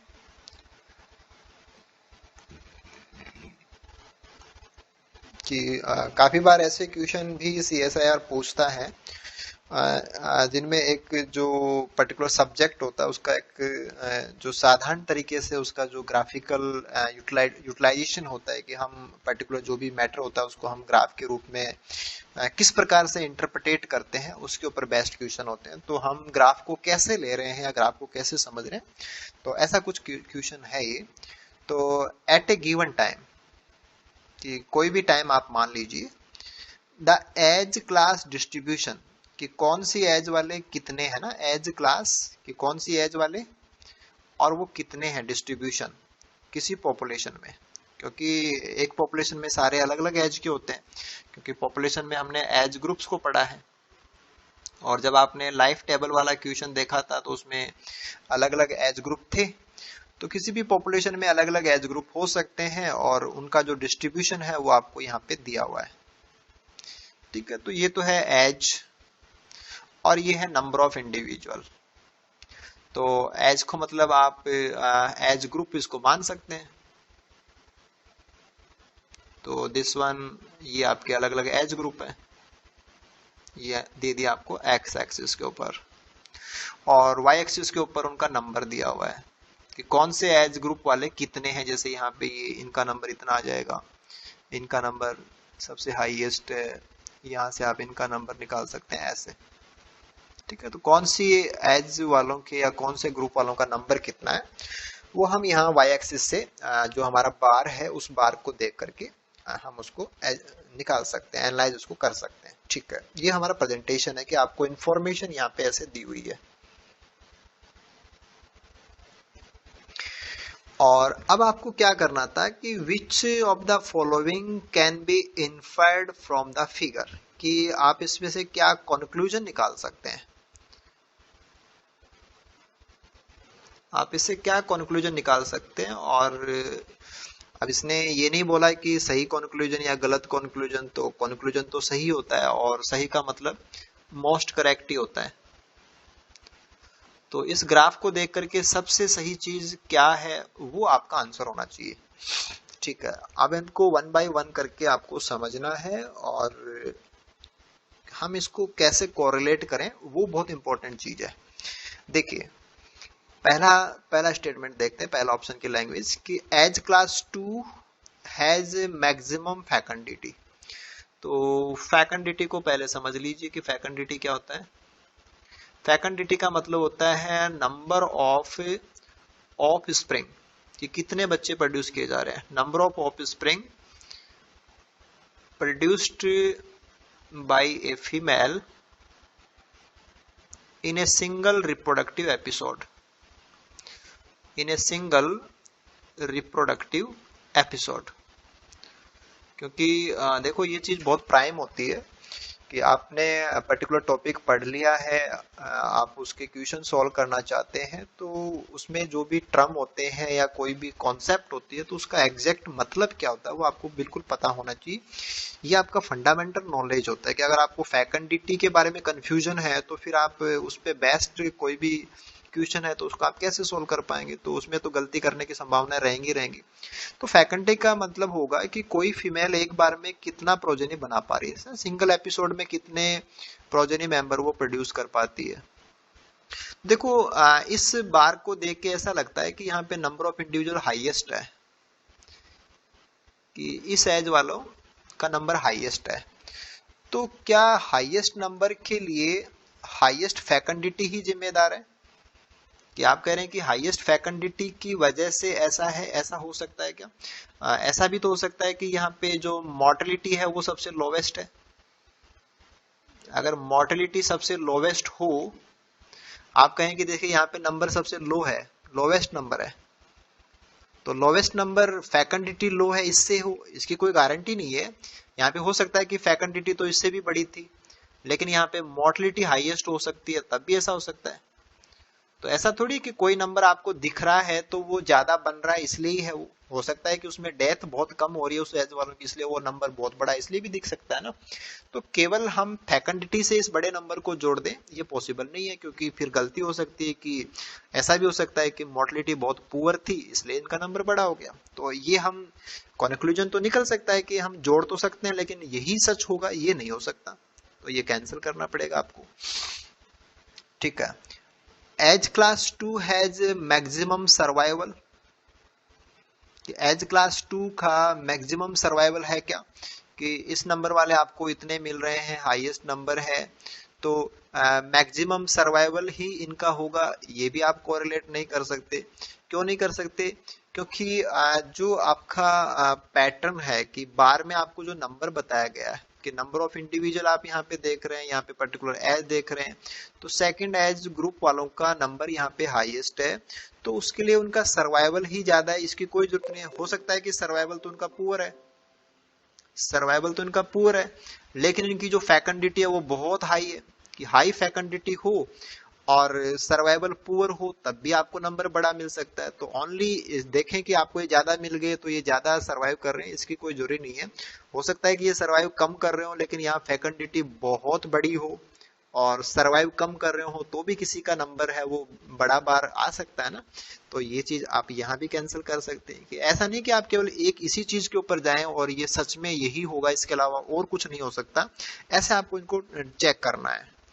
आगे चलिए, age class distribution is at equilibrium, कि ये सब जो है कि जो जो एज क्लास है उन सब के अंदर नंबर ऑफ इंडिविजुअल्स है वो एक इक्विलिब्रियम के रूप में है, नहीं, उनमें ये काफी सारा फ्लक्चुएशन है, तो ये इक्विलिब्रियम भी नहीं है। और फिर था कि age class distribution is not at equilibrium, yes ये बात सही है कि एज क्लास डिस्ट्रीब्यूशन नंबर के साथ में हम लेते हैं तो वो एक कोई इक्विलिब्रियम के अंदर नहीं है, तो this is most correct one. यानी कि कंफ्यूजन इस बात का था कि जनरली अगर आप देखते हैं तो आप इस ऑप्शन को सही कर देते हैं, मैक्सिमम सर्वाइवल को, और हो सकता है कि फैकल्टी आपको थोड़ा सा ज्यादा लग रहा होता तो आप इसको भी सही कर देते, लेकिन ये बातें इग्नोर क्यों की जा सकती हैं, या इनको कहाँ जाकर के आप गलत ठहरा सकते हैं, और जिस बेस के ऊपर आप इनको गलत ठहरा रहे हैं क्या वो सच में एप्लीकेबल होता है या नहीं होता, तो वो चीजें आपको इसमें अप्लाई करनी होती हैं। तो यहाँ जाकर के जो इकोलॉजी होती है या इकोलॉजी से जुड़े हुए जो क्वेश्चंस होते हैं वो थोड़े से ज्यादा इंटरेस्टिंग और ज्यादा चैलेंजिंग हो जाते हैं, कि आपने अगर एक सुपरफिशियल लेवल पे सॉल्व करने की कोशिश की है तो आपका आंसर और दूसरा निकल के आ जाएगा जो कि करेक्ट नहीं होगा। ओके,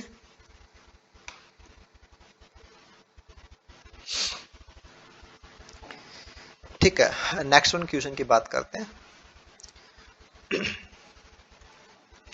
कि ये देखिए, environmental conditions can influence accumulation of species in successional communities, कि जब सक्सेशन होता है तो बीच में सीरियल कम्युनिटीज आती है, और कौन सी सीरियल कम्युनिटी में नंबर ऑफ स्पीसीज कितनी ऐड होंगी ना, एक्यूमुलेशन, वो एनवायरमेंट उसको प्रभावित कर सकता है, कि एनवायरमेंट अगर फेवरेबल होगा तो एक्यूमुलेशन फास्ट हो जाएगा, और एनवायरमेंट अगर अनफेवरेबल हुआ तो एक्यूमुलेशन है वो स्लो हो जाएगा, कि स्पीसीज धीरे जुड़ेंगी। आपको क्या करना होता है, लास्ट में हमें क्लाइमैक्स की जरूरत होती है, कि लास्ट में स्पीसीज एक्यूमुलेशन पहुंचते पहुंचते हाईएस्ट चला जाएगा, दिस इज क्लाइमैक्स। तो क्लाइमैक्स जल्दी आएगा या उसमें टाइम लगेगा, डिपेंड करता है कि स्पीसीज तेजी से जुड़ रही है या धीरे जुड़ रही है। यानी कि एनवायरनमेंट फेवरेबल हुआ तो क्लाइमैक्स जल्दी आ जाएगा, और अगर अनफेवरेबल हुआ तो क्लाइमैक्स वो लेट आएगा। और एनवायरनमेंट में तो बहुत सारी चीजें होती हैं, लेकिन प्राइमरली हम या मेनली हम किस चीज को लेते हैं, that is the moisture content, कि मॉइस्चर कंटेंट अगर काफी अच्छा है तो स्पीसीज एक्यूमुलेशन फास्ट हो जाता है, और मॉइस्चर कंटेंट अगर कम हो तो स्पीसीज एक्यूमुलेशन है वो धीरे होता है। तो हमारा जो चेंज है या एक्यूमुलेशन है कि वो हाईएस्ट आ जाए या उसका पैटर्न कंप्लीट हो जाए, डिपेंड करता है कि एनवायरनमेंट में मॉइस्चर कंटेंट्स हैं वो किस प्रकार के हैं। तो यहाँ पे जो आपको कर्व दिए हुए हैं representing changes in forest species over time, तो number of species Y axis के ऊपर है और टाइम आपको एक्स एक्सिस के ऊपर दिया हुआ है, और ए बी सी तीन प्रकार के ये कर्व्स हैं are given in the figure, which of the following की is correct for this curves. तो देखिए कि ये टाइम के साथ में आपको देखना था ना कि कितने टाइम के अंदर नंबर ऑफ स्पीसीज है वो मैक्सिमम आ जाता है। तो this is the number of species maximum, कि ए का मैक्सिमम यही आ गया, इसका मैक्सिमम यहाँ जाकर के आएगा, आप इसको एक्स्ट्रापोलेट करेंगे तो ये ऐसे चला जाएगा, और अगर आप सी वाले को एक्स्ट्रापोलेट करेंगे तो इसका तो मैक्सिमम है वो काफी टाइम बाद में आएगा। ठीक है ना, ऐसे आप ले सकते हैं। तो इसका टाइम, नंबर ऑफ स्पीसीज तो आ जाएगा लेकिन उसको टाइम बहुत लगेगा, राइट। तो एनवायरनमेंट जब सबसे ज्यादा फेवरेबल है तो मैक्सिमम जल्दी ही आ जाएगा, मोस्ट फेवरेबल। तो ए वाला पैटर्न है वो मोस्ट फेवरेबल एनवायरनमेंट के लिए होना चाहिए, और सी वाला जो पैटर्न है वो मोस्ट अनफेवरेबल के लिए होना चाहिए, कि तब ज्यादा टाइम तब लगना चाहिए। बस आपको इनको कोरिलेट करना था, देखिए आप इसको कोरिलेट कर सकते हैं। ठीक है, ये यहाँ पे मिल जाएगा कि पैटर्न जो ए था वो मैजिक, मैजिक का मतलब एडिक्वेट जो मॉइस्चर होता है, कि काफी सारा जो अमाउंट होता है मॉइस्चर का, कि फेवरेबल कंडीशन, मध्य अवस्था जो होती है कि ना बिल्कुल से जेरिक कंडीशन भी नहीं है और बहुत ज्यादा मॉइस्चर भी नहीं है, बीच वाली जो स्थिति होती है मैजिक कंडीशन। और बी है वो इंटरमीडिएट होगा, कि यहाँ जितना टाइम लगता है बी में उससे कम लगेगा, और सबसे हाईएस्ट टाइम है वो सी में लग रहा है। तो सी से कम और ए से ज्यादा टाइम है, तो ये दोनों के बीच वाला मैटर होना चाहिए, तो दिस इज इंटरमीडिएट। और सी में हालत सबसे खराब होनी चाहिए मॉइस्चर कंटेंट को लेकर के, क्योंकि इसको सबसे लंबा टाइम लग रहा है, तो दिस शुड बी जेरिक। तो केवल ये देखना था कि हमारे ग्राफ की जो पीक है, ग्राफ की जो पीक है वो बताती है नंबर ऑफ स्पीसीज को। केवल ग्राफ को देखा कैसे जाए, इतनी सी बात थी कि पीक से आप वाई एक्सिस पे देखेंगे तो क्या मिल रहा है, नंबर ऑफ स्पीसीज मिल रही है। तो नंबर ऑफ स्पीसीज मैक्सिमम आ जाती है, यानी कि नंबर ऑफ स्पीसीज मैक्सिमम कब आती है, जब हम किसी सक्सेशन में क्लाइमैक्स पे पहुंच जाते हैं। और क्लाइमैक्स कितनी जल्दी आ जाएगा वो आप वाई एक्सिस से देख लो, तो एक्स एक्सिस पे देख लो, और एक्स एक्सिस के ऊपर क्लाइमैक्स जल्दी आ गया तो एटमॉस्फेयर फेवरेबल होना चाहिए, बहुत टाइम लेके आएगा तो एटमॉस्फेयर फेवरेबल नहीं होना चाहिए। तो दिस इज मैजिक एंड जेरिक, तो आप इस प्रकार से इनको कोरिलेट कर सकते हैं। ठीक है,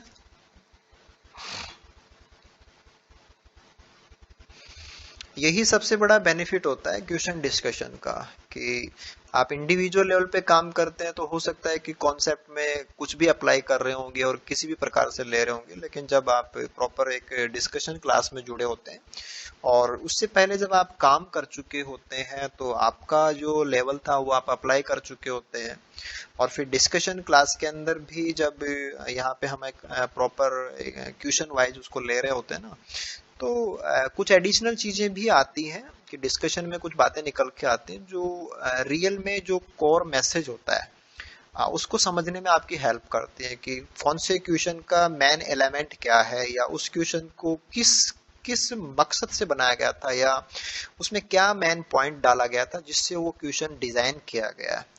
तो हम उस क्वेश्चन में उस एलिमेंट को कैसे पकड़ें, कैसे उसको काम में लें, कैसे हमारे आंसर तक जाएं, और ये सारा फिगर्स के साथ में, ग्राफ के साथ में कोरिलेट करें, तो हमसे हमारे जो तरीके हैं वो किस प्रकार से रिफाइन करने हैं ना, वन बाय वन करके आपको ये तरीके रिफाइन करने हैं। तो ये चीजें इसलिए बहुत ज्यादा इंपॉर्टेंट हो जाती है। तो आई होप आप लोग इसको एंजॉय कर रहे हैं और डेफिनेटली ये चीजें आपको फायदा पहुंचाएंगे ना। ठीक है ना, ओके ओके, चलो आगे चलते हैं ना। देखिए this is the next one question, कि which of the following combinations is good. ठीक है ना, कि कौन सा कॉम्बिनेशन ठीक होगा for setting up nature reserves. तो जैसे कि आपने कोई कंजर्वेशन साइट आपको बनानी है, तो वो एक नेचर रिजर्व है ना, कि आप किसी स्पीसीज को कंजर्व करना चाहते हैं। तो कंजर्वेशन के पॉइंट ऑफ व्यू से आप कोई साइट को डिसाइड कर रहे हो कि हम इस एरिया को कंजर्वेशन साइट बनाएं या ना बनाएं, ऐसा डिसीजन लेना चाहते हो। और फिर वो जो डिसीजन है वो करेक्ट हो, कि आपने जो लिया ऐसा कुछ हो, तो वो कंजर्वेशन के लिए सही होगा ना, कॉम्बिनेशन है वो, और वो अच्छा होना चाहिए कि हाँ ये कंजर्वेशन के पॉइंट ऑफ व्यू से ठीक होगा। तो इसमें एक ही चीज आपको ध्यान रखनी है, वो मैसेज आप समझिए कि मान लीजिए कि हम कुछ कंजर्व करना चाहते हैं, कि यहाँ पे आप स्पीसीज एक्स को कंजर्व करना चाहते हो। तो कंजर्व करने का मतलब ये था कि स्पीसीज एक्स को कोई प्रॉब्लम होनी चाहिए, उसकी वजह से उसका नंबर था वो रिड्यूस हो रहा था, नंबर उसका क्या हो रहा था, रिड्यूस हो रहा था। और अब हम कुछ ऐसा करना चाहते हैं कि स्पीसीज वन को वो प्रॉब्लम कम हो जाए, ताकि उसका नंबर है वो बढ़ने लग जाए। तो नंबर रिड्यूस हो रहा था, वो प्रॉब्लम थी। अगर इसका नंबर राइज होने लग जाए तो हमारा मकसद पूरा हो जाएगा, यानी कि हम जिस एम के साथ में हमारा कंजर्वेशन प्रोग्राम हम लॉन्च कर रहे थे, या उसका जो टारगेट था वो यही था कि हमने इसको जिस स्पीसीज के लिए, या ग्रुप ऑफ स्पीसीज भी हो सकता है, या पर्टिकुलर इकोसिस्टम भी हो सकता है, तो वहां पे सेवरल स्पीसीज भी हो सकते हैं। तो वन स्पीसीज है या डिफरेंट स्पीसीज है या डिफरेंट इकोसिस्टम है, कुछ भी हम ले सकते हैं। तो वो पहले से बेटर हो जाए, तो पहले से बेटर करना चाहते हैं, और उस बेटरमेंट के पॉइंट ऑफ व्यू से कौन सी चीजें ठीक हैं वो आपको देखना था। चलो हम इनको देखते हैं। देखिए, जब आप फेस्ट वाले पैटर्न को देखें तो दीज आर द एरियाज। तो जो यहाँ पे सर्किल दिखाए हुए हैं, यहाँ पे हमारी स्पीसीज रहती है।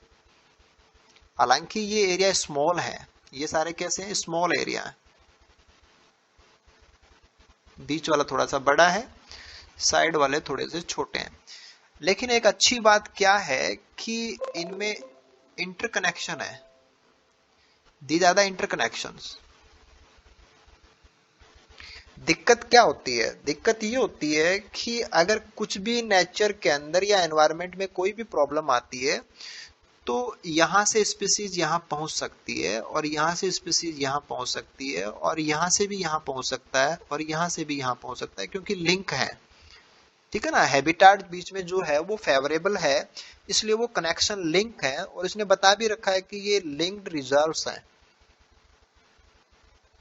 जैसे टाइगर को कंजर्व करना हो, तो टाइगर इस एरिया में भी रहता है और इस एरिया में भी रहता है, लेकिन बीच में काफी ज्यादा कोई इंडस्ट्रीज आ गई या कोई दूसरा ऐसा आ गया जो टाइगर के लिए फेवरेबल नहीं है।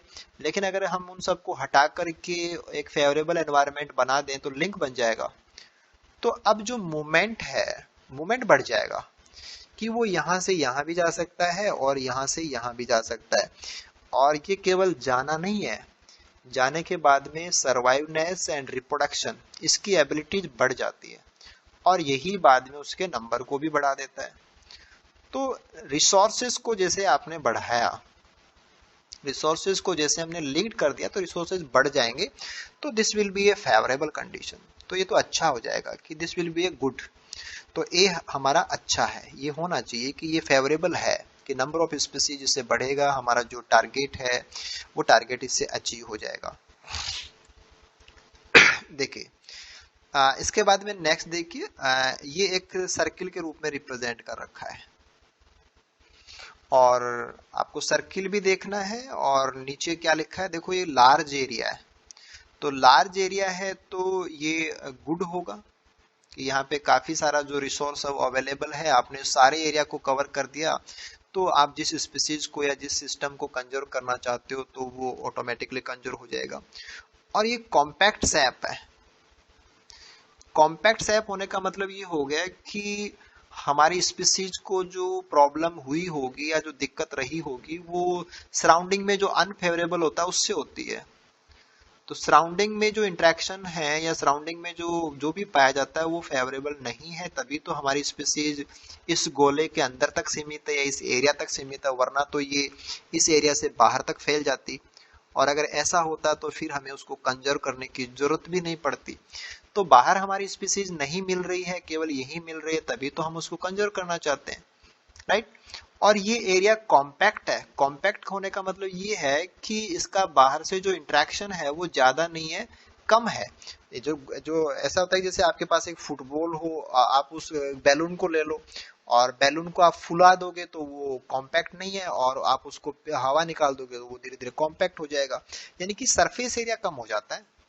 कॉम्पैक्ट चीजों के साथ आप किसको कोरिलेट करेंगे कि जो इंटरेक्टिंग सरफेस है, जो सरफेस एरिया है, जो बाउंड्री है, यहाँ पे चूंकि ये एरिया है ना, तो ज्योग्राफिकल एरिया है तो उनका एरिया काउंट करना पड़ेगा, सरफेस एरिया आपको काउंट करना पड़ेगा। तो सरफेस एरिया कम है, यानी कि जितना सरफेस एरिया कम होगा उतने ये प्रॉब्लम वाले एरोज हैं ये कम होते चले जाएंगे। और जितना आपने ये तो कॉम्पैक्ट भी है और साथ में ये लार्ज भी है, तो दिस विल बी गुड कि प्रॉब्लम वाली चीजें भी कम है और एरिया के पास रिसोर्स भी ज्यादा है, तो ये तो अच्छा ही होगा। ओके, देन नेक्स्ट वन को देखते हैं। This is the high edge ratio, area ratio. तो हाई एज एरिया ना, तो आप देखो इसको एक यहाँ पे लिखो कि इसमें किनारे कितने हैं और एरिया कितना है, और ये वैल्यू आपकी हाई है, ठीक है, क्योंकि लैंग्वेज को प्रॉपरली समझ पाना बहुत जरूरी होता है। तो किनारे तो हैं बड़े, बिग, और एरिया है स्मॉल। तो जब आप एक बड़ी संख्या को छोटी संख्या से डिवाइड करते हैं तो नतीजा क्या निकलता है, हाई निकलता है। तो हाई एज एरिया रेशियो, इसका मतलब देखो आप पूरा एरिया में प्रॉब्लम होती है, तो प्रॉब्लम वाला सरफेस एरिया तो बहुत बड़ा, और काम का जो है इसमें वो है केवल छोटा सा एरिया जो इसके अंदर अंदर है, दिस वन। तो सपोर्टिंग एनवायरनमेंट तो थोड़ा सा, और बाहर प्रॉब्लमेटिक एनवायरनमेंट बहुत ज्यादा, तो ये अच्छा नहीं है।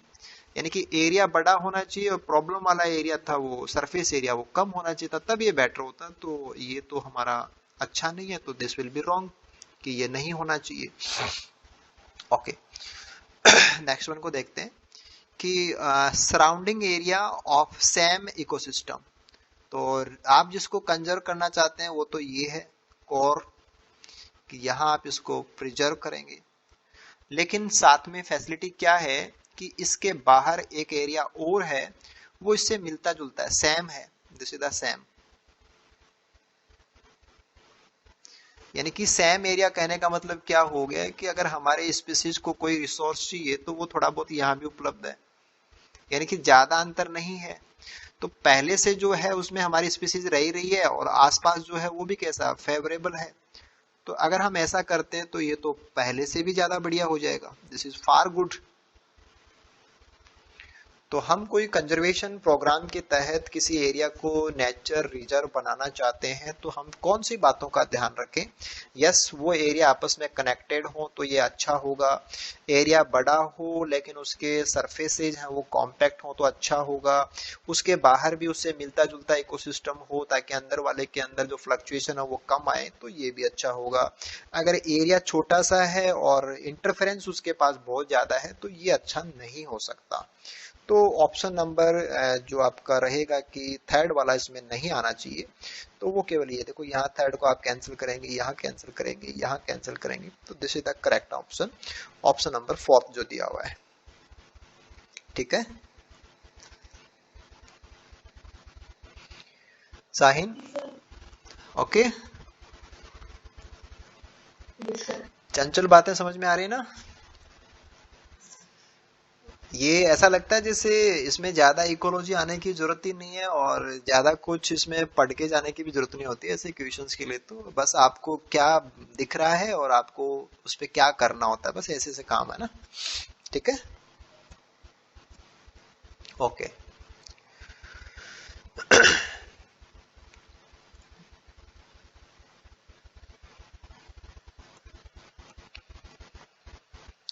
ठीक है, नेक्स्ट क्वेश्चन पर हम डिस्कस करते हैं। देखो ये जो इकोसिस्टम के अंदर हम सैम्पलिंग करते हैं उससे रिगार्डिंग क्वेश्चन था कि ड्यूरिंग लाइन ट्रांसेक्ट सैम्पलिंग, देखो, नॉर्मली जैसे आप लोग बीएससी एमएससी क्लासेस के अंदर क्वाड्रेट सैंपलिंग करके आ रहे होते हैं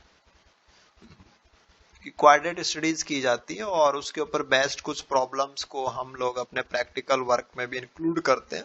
तो क्वाड्रेट भी एक सैंपलिंग का तरीका होता है ना, वैसे ही लाइन ट्रांसेक्ट भी एक प्रकार का सैंपलिंग का तरीका होता है।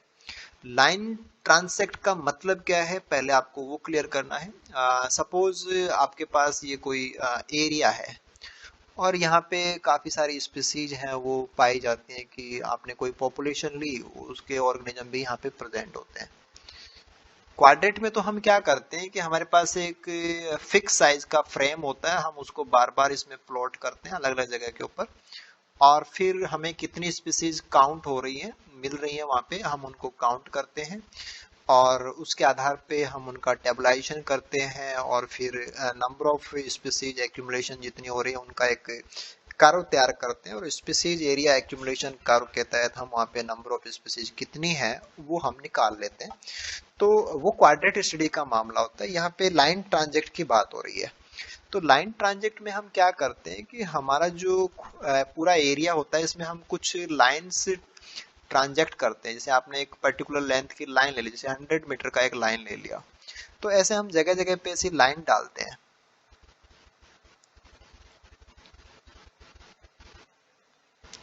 और फिर हम इस लाइन के दोनों तरफ, इस लाइन के दोनों तरफ जो स्पीसीज हमें मिल रही हैं, इस लाइन के दोनों तरफ उनको हम काउंट करते हैं। तो ये होता है लाइन ट्रांजेक्ट मेथड सैंपलिंग का, कि आपने एक हाइपोथेटिकल जो लाइन थी वो एज्यूम कर ली और उस लंबाई को आपने एज ए सैंपलिंग एरिया इस्तेमाल किया और दोनों साइड में कौन कौन सी स्पीसीज आपको मिल रही हैं आपने उनको काउंट किया। तो ये क्वाड्रेट वाली सैंपलिंग से एक डिफरेंट तरीका होता है, लेकिन मकसद इसका भी वही होता है कि हम कौन सी स्पीसीज हमें एनकाउंटर हो रही है ना उनको हम काउंट करते हैं। ठीक है, तो ये काम आपने किन के लिए किया है? Sampling of two solitary species. Solitary का मतलब अकेला होता है, सिंगल को बोलते हैं। ऑफ ग्राउंड मैमल्स, कि जो ग्राउंड पे रहने वाले हैं, ऐसे दो मैमल स्पीसीज हैं उनके बारे में हमने ऐसा एक्सपेरिमेंटल वर्क किया है और हमारा जो भी ऑब्जर्वेशन है वो हमें इस टेबल में दिया हुआ है। This is given in this table. Okay, तो अब हमें इसको समझना है। ठीक है, तो ये कुछ पैरामीटर दिए हुए हैं ए बी सी, है ना। तो एक तो देखिए कि आपने ट्रांजेक्ट लाइन कितनी लंबी डाली। तो ट्रांजेक्ट लाइन की लंबाई क्या है वो किलोमीटर में दे रखी है। तो छोटी वाली स्पीसीज मैमल की और बड़ी वाली स्पीसीज मैमल की, क्योंकि आपने दो स्पीसीज ली है, तो ये स्पीसीज स्मॉल है और ये स्पीसीज लार्जर वाली यहाँ पे हो गई। आपने ट्रांजेक्ट लाइन बराबर ली है 100 और 100 किलोमीटर, यानी कि चाहे आपने छोटे वाली स्पीसीज को मेजर करने की कोशिश की हो या बड़ी वाली की हो, ट्रांजेक्ट लाइन आपकी सेम है। ओके, ठीक है। इसके बाद में अगला पैरामीटर आपको बता रहा है कि नंबर ऑफ एनिमल्स आपको कितने रिकॉर्ड हुए। ठीक है, मीन्स जब आपने छोटी वाली स्पीसीज को काउंट करने की बात की, आपने 100 किलोमीटर का एक ट्रांजेक्ट डाला, तो आपको एवरेज, ऐसे आपने रिपीटेड, जैसे रिपीटेशन में किया जाता है ये काम, कि बार बार आप में ऐसे ट्रांजेक्ट डालेंगे फिर उनका एवरेज निकालेंगे, तो आपको एवरेज नंबर जो मिलता है वो कितना है 30, कि यहाँ यहाँ जो भी आपको मिले होंगे वो टोटल एवरेज कितना आ रहा है 30, और लार्जर स्पीसीज वाले मिलते हैं 36। तो अगर आप इतना सा देखते हैं कि एरिया आपका बराबर था और यहाँ पे मिलते हैं कम और बड़े वाले मिलते हैं हाई, तो ऐसा लगता है कि ये ज्यादा है, अबंडेंस लार्ज स्पीसीज की ज्यादा है और अबंडेंस वो स्मॉल स्पीसीज की कम है। तो ऐसा हमें केवल इतना देखने पे लगता है कि आपने फिक्स साइज के ट्रांजेक्ट डाले और एक जगह पे 30 ही मिल रहे हैं और एक जगह पे 36 मिल रहे हैं। तो 36 मिल रहे हैं इसका मतलब वो ज्यादा पाए जाते हैं, तो वो उनका नंबर बड़ा है। तो ऐसा हम यहाँ से निकाल सकते हैं एक बार अब तक के इंफॉर्मेशन के अकॉर्डिंग। ओके, देन हम आगे चलते हैं कि यहाँ आपको दिया हुआ था कि mean perpendicular distance from the ट्रांजेक्ट line. जैसे आपने ये ट्रांजेक्ट लाइन डाली और आपको जो ऑर्गेनिज्म मिलते हैं वो यहाँ पे मिले 30, मान लो कि 1 2 3 4 5 6 7 8 9 ऐसे आप 30 एज्यूम कर लीजिए। और फिर कौन सा ऑर्गेनिज्म कितनी दूरी पे था आपने इसको काउंट किया, इसकी दूरी निकाली, ऐसे सबकी दूरी निकाली। परपेंडिकुलर डिस्टेंस ये ना कि बिल्कुल 90 डिग्री के ऊपर ये दाएं है या बाएं है, ऐसे आपने सबकी डिस्टेंस निकाली और सभी डिस्टेंस को आपने जोड़ दिया। फिर आपने उसका मीन निकाला, उसका एवरेज निकाला, मीन। तो टोटल आपके पास 30 मिले थे और उनका आपने डिस्टेंस काउंट किया कि कितनी कितनी दूरी पे थे और फिर उसका आपने मीन निकाला। तो आपको मीन प्राप्त होता है 10 मीटर। कि मिलते तो 30 हैं लेकिन एवरेज देखा जाए तो लाइन से लगभग 10 मीटर की दूरी के ऊपर एवरेज मिल जाता है। कोई ना कोई 10 मीटर की दूरी के ऊपर मिल ही जाएगा। हालांकि कुछ क्लोज कुछ दूर ऐसा होगा, नेचर में ऐसा ही होता है, लेकिन एवरेज वैल्यू आपको ये बता रही है कि मिलेंगे 30 लेकिन वो मिलेंगे लाइन के आसपास ही 10 मीटर की दूरी पे ही। और फिर यहाँ पे देखिए, यहाँ पे ये कह रहा है कि मिलेंगे तो 36 हमें, लेकिन एवरेज डिस्टेंस कितनी है, बहुत दूर दूर है वो। ठीक है ना, ये 40 कब आ सकती है, जब ये दूरी बड़ी हो। तो आपको नंबर तो 36 मिल गया था, लेकिन जो मिले वो लाइन के पास नहीं थे, वो लाइन से इनसे लगभग 4 गुना ज्यादा दूरी पे है। यानी कि देखा जाए तो कितना डाइल्यूट है डिस्ट्रीब्यूशन, देखा जाए तो यहाँ कॉम्पैक्ट है, ये मिलते तो कम है लेकिन वो पूरे एरिया में ज्यादा सघन है। और यहाँ पे मिलते तो ज्यादा है लेकिन वो क्या है एक्चुअल में एरिया के अंदर वो डाइल्यूट कंडीशन है कि परपेंडिकुलर डिस्टेंस उनकी ज्यादा आ रही है। तो ये यहाँ का ऑब्जर्वेशन था और ऑब्जर्वेशन को हमें कैसे हैंडल करना है वो आपने देखा। अब आपको यहाँ से जो कंक्लूजन थे उसकी तरफ काम करना है कि which of the following can be inferred from the data, यानी कि कंक्लूजन आप क्या निकाल सकते हो।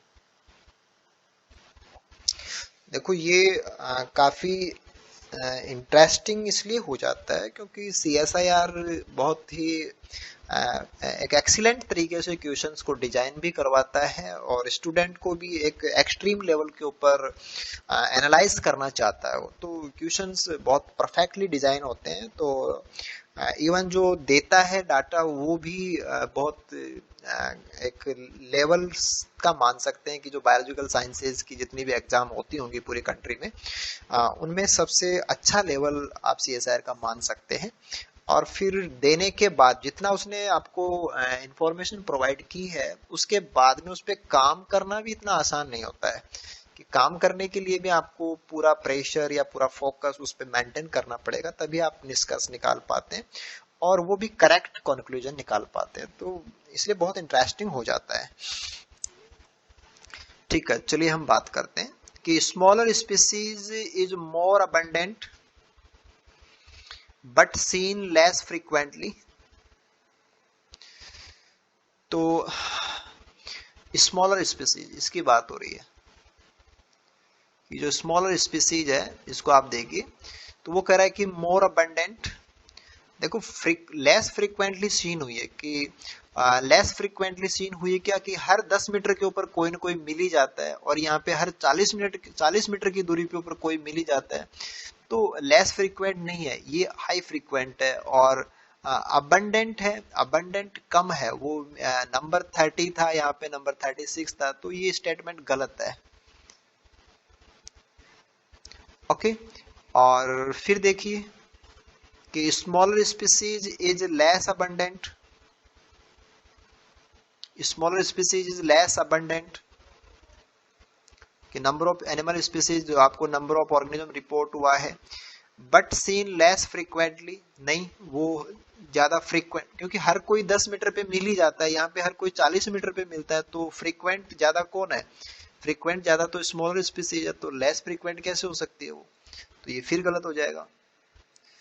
और फिर ताकि जो लार्जर स्पीसीज है इज मोर अबंडेंट, यस वो मोर अबंडेंट है, but seen less frequently, yes वो इसका लगभग 1/4 फ्रीक्वेंट ही है, तो वो कंपैरिजन करते हैं तो लेस फ्रीक्वेंट ही है, वरना तो वो फिर परपेंडिकुलर डिस्टेंस मीन की उनकी 40 मीटर क्यों आ रही है, वो इतने 40-40 मीटर की दूरी पे क्यों है, वो तो हमारे लाइन के आसपास मिलने चाहिए थे। तो है तो ज्यादा कि 30 को कंपेयर करते हैं तो है तो ज्यादा, मोर अबंडेंट तो है, बट मिलते सीन फ्रीक्वेंटली नहीं है, क्योंकि परपेंडिकुलर डिस्टेंस ज्यादा आ रही है तो लेस फ्रीक्वेंटली हो जाएगा। तो ये करेक्ट वन है। और फिर देखिए कि large species is seen more frequently, नहीं, लार्ज स्पीसीज तो लेस फ्रीक्वेंटली सीन हो रही है, तो ये गलत है। तो केवल ये था कि आपको कितने मिल गए, ये एक एंगल था। ये चीज आपको कुछ अलग बताती है, ये बताती है कि अबंडेंट कितना है। और फिर लाइन से कोई कितनी दूर आपको मिल तो गए, लेकिन क्या लाइन के पास मिले क्या या लाइन से दूर मिले क्या, तो वो आपको बताएगा कि फ्रीक्वेंसी की बातें आएंगी। तो ये सी वाला सेक्शन आपको फ्रीक्वेंसी के लिए यूज करना था। तब आप दोनों को एक साथ अप्लाई करेंगे, फिर हम कोई कंक्लूजन निकाल सकते हैं।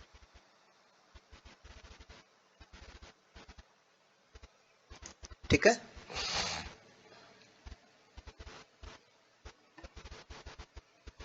ओके, ये तो बिल्कुल से सिंपल सी बातें हो जाती हैं कि काफी सारे क्वेश्चन जब हम कर लेते हैं तो ये बातें तो बहुत आराम से समझ आ जाती हैं कि which of the following graph represents the correct concession on the role of disturbance of species richness. तो यही बात थी कि species richness will be highest. ये हाईएस्ट कब होती है?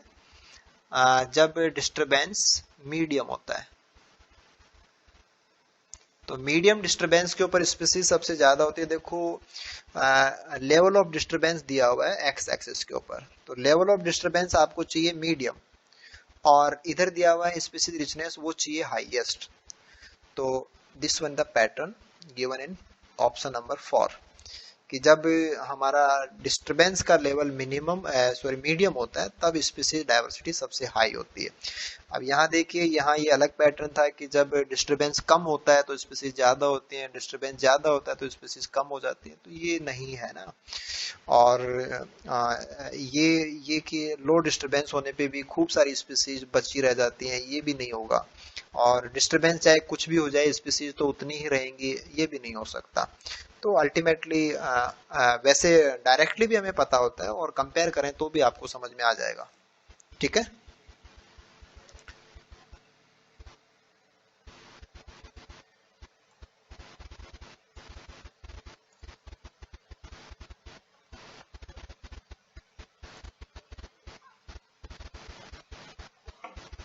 ठीक है। ओके, नेक्स्ट क्वेश्चन को अपन डिस्कस करते हैं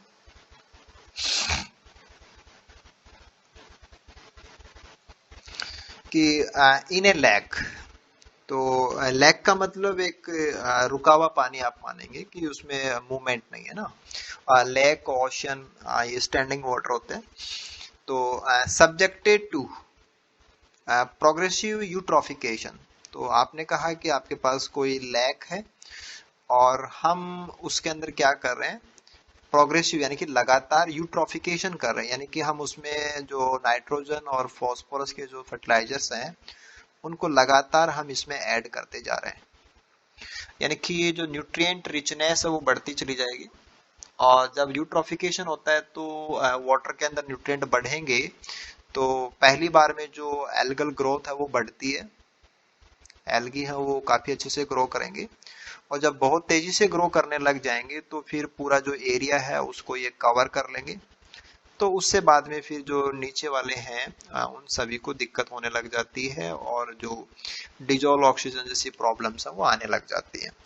तो जब न्यूट्रिएंट नहीं होते हैं तो ग्रोथ कम होती है, जब न्यूट्रिएंट ज्यादा हो जाते हैं तो उससे फिर प्रॉब्लम होती है। तो ये सारी चीजें आपको ध्यान में रखनी है, यानी कि लगातार न्यूट्रिएंट तो आप जोड़ते ही जा रहे हो। प्रोग्रेसिव यूट्रोफिकेशन का मतलब ये प्रोसेस आपकी कंटिन्यू रहेगी, तो लगातार न्यूट्रिएंट जोड़े जा रहे हैं, और फिर कौन से पैटर्न में आपको क्या चेंज मिलना चाहिए वो आपके पैटर्न्स हैं ABCD। तो कौन सा ग्राफ किसके लिए हो सकता है ना, ये आपको देखना था। ओके, तो इनको एक जैसे कि बात कहें कि एक ऐसा लेवल हम मान सकते हैं कि एक बेटर लेवल है क्वेश्चन का। और बेटर इन द सेंस कि जो हमारे सब्जेक्ट की जो यूटिलिटी है कि हम उन चीज़ों को हमारी नेचुरल प्रॉब्लम के साथ में या जो नेचुरल इकोसिस्टम्स में जो प्रोग्रेसिव यूट्रोफिकेशन हो सकता है उससे जो दिक्कतें आ रही होंगी एक्वेटिक इकोसिस्टम्स में, तो वो हम समझ पाएं या उनके कौन से पैरामीटर में किस प्रकार के चेंजेस रहते हैं, ताकि हम कोई भी इकोलॉजिकल सॉल्यूशन की बात करें तो हम उन चीज़ों को उसमें जगह दें।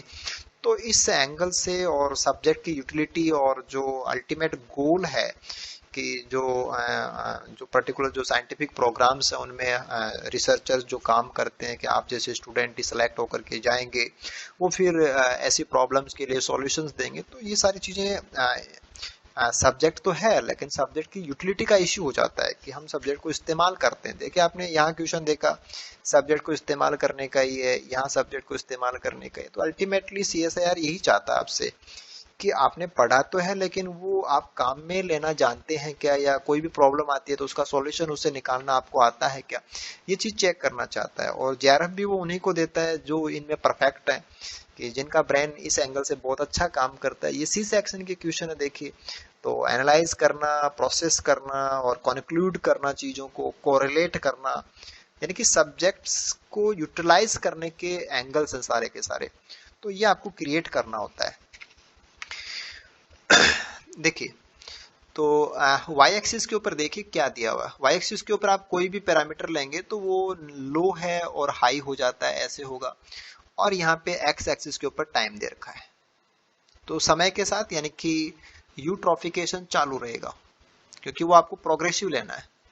तो लगातार न्यूट्रिएंट ऐड होते रहेंगे और कौन से पैरामीटर में किस प्रकार का चेंज आएगा ये आपको यहाँ से कोरिलेट करना है, कॉम्बिनेशंस में उसको देखना है। ठीक है। अगर आप बात करते हैं ए की, कि दिस मीन द लाइन, ये एक ऐसा पैरामीटर होना चाहिए कि जैसे जैसे हमने इसमें न्यूट्रिएंट ऐड किए, क्योंकि लगातार न्यूट्रिएंट ऐड होते जा रहे हैं, जैसे जैसे न्यूट्रिएंट ऐड होते जा रहे हैं वैसे वैसे ये पैरामीटर इंक्रीज होता जा रहा है, रेगुलर इंक्रीज है इसमें। ठीक है। और ऐसे क्वेश्चन जब भी आपको करने हो तो एक बार आप ऑप्शंस में क्या लिखा हुआ है या कौन कौन सी चीजें दी हुई है उनको एक बार आप विजिट जरूर कर लें।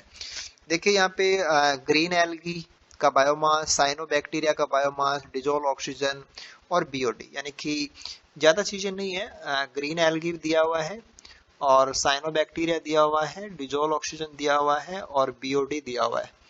और फिर आप बाकी में भी चेक कर लें कि कहीं किसी में कुछ और तो नहीं दिया हुआ, तो ऐसा कुछ नहीं है। ठीक है। तो ध्यान आपका यहाँ रहना चाहिए कि फोकस आप इस पे करेंगे और लगातार न्यूट्रिएंट डाले जा रहे हैं, इसको आप भूलेंगे नहीं और इसको आप देखते रहेंगे। पैटर्न में क्या दिया हुआ उसको आप लगातार देखेंगे, इनके अकॉर्डिंग देखेंगे और इस चीज को भूलेंगे नहीं, और फिर सबके लिए एक एक को आप डिसाइड करेंगे। तो इसलिए ये क्वेश्चन थोड़े से ज्यादा इंटरेस्टिंग हो जाते हैं कि एट ए सिंगल टाइम आपके ब्रेन को काफी सारे पैटर्न्स को साथ में लेकर के काम करना होता है। तो बहुत अच्छा तरीका है कि जजमेंट किया जाए कि कौन सा ब्रेन बहुत अच्छा काम कर रहा है। तो ये ऐसे क्वेश्चन बहुत अच्छे हैं, अच्छे माने जा सकते हैं और इनका बहुत अच्छा फ्यूचर भी है कि आने वाले टाइम में भी ऐसे डिजाइन हैं वो सीएसआईआर को ज्यादा यूज करने चाहिए, ताकि बहुत अच्छे जो ब्रांड्स हैं उनको सेलेक्ट किया जा सके। तो हमें इनके लिए बिल्कुल रेडी होना है। मेन चीज क्या है कि हमारा सिलेक्शन तभी हो पाएगा जब हम ऐसे काम करें और काम परफेक्टली करें, तो ये बहुत जरूरी हो जाते हैं ना। तो चलिए हम बात करते हैं। ओके।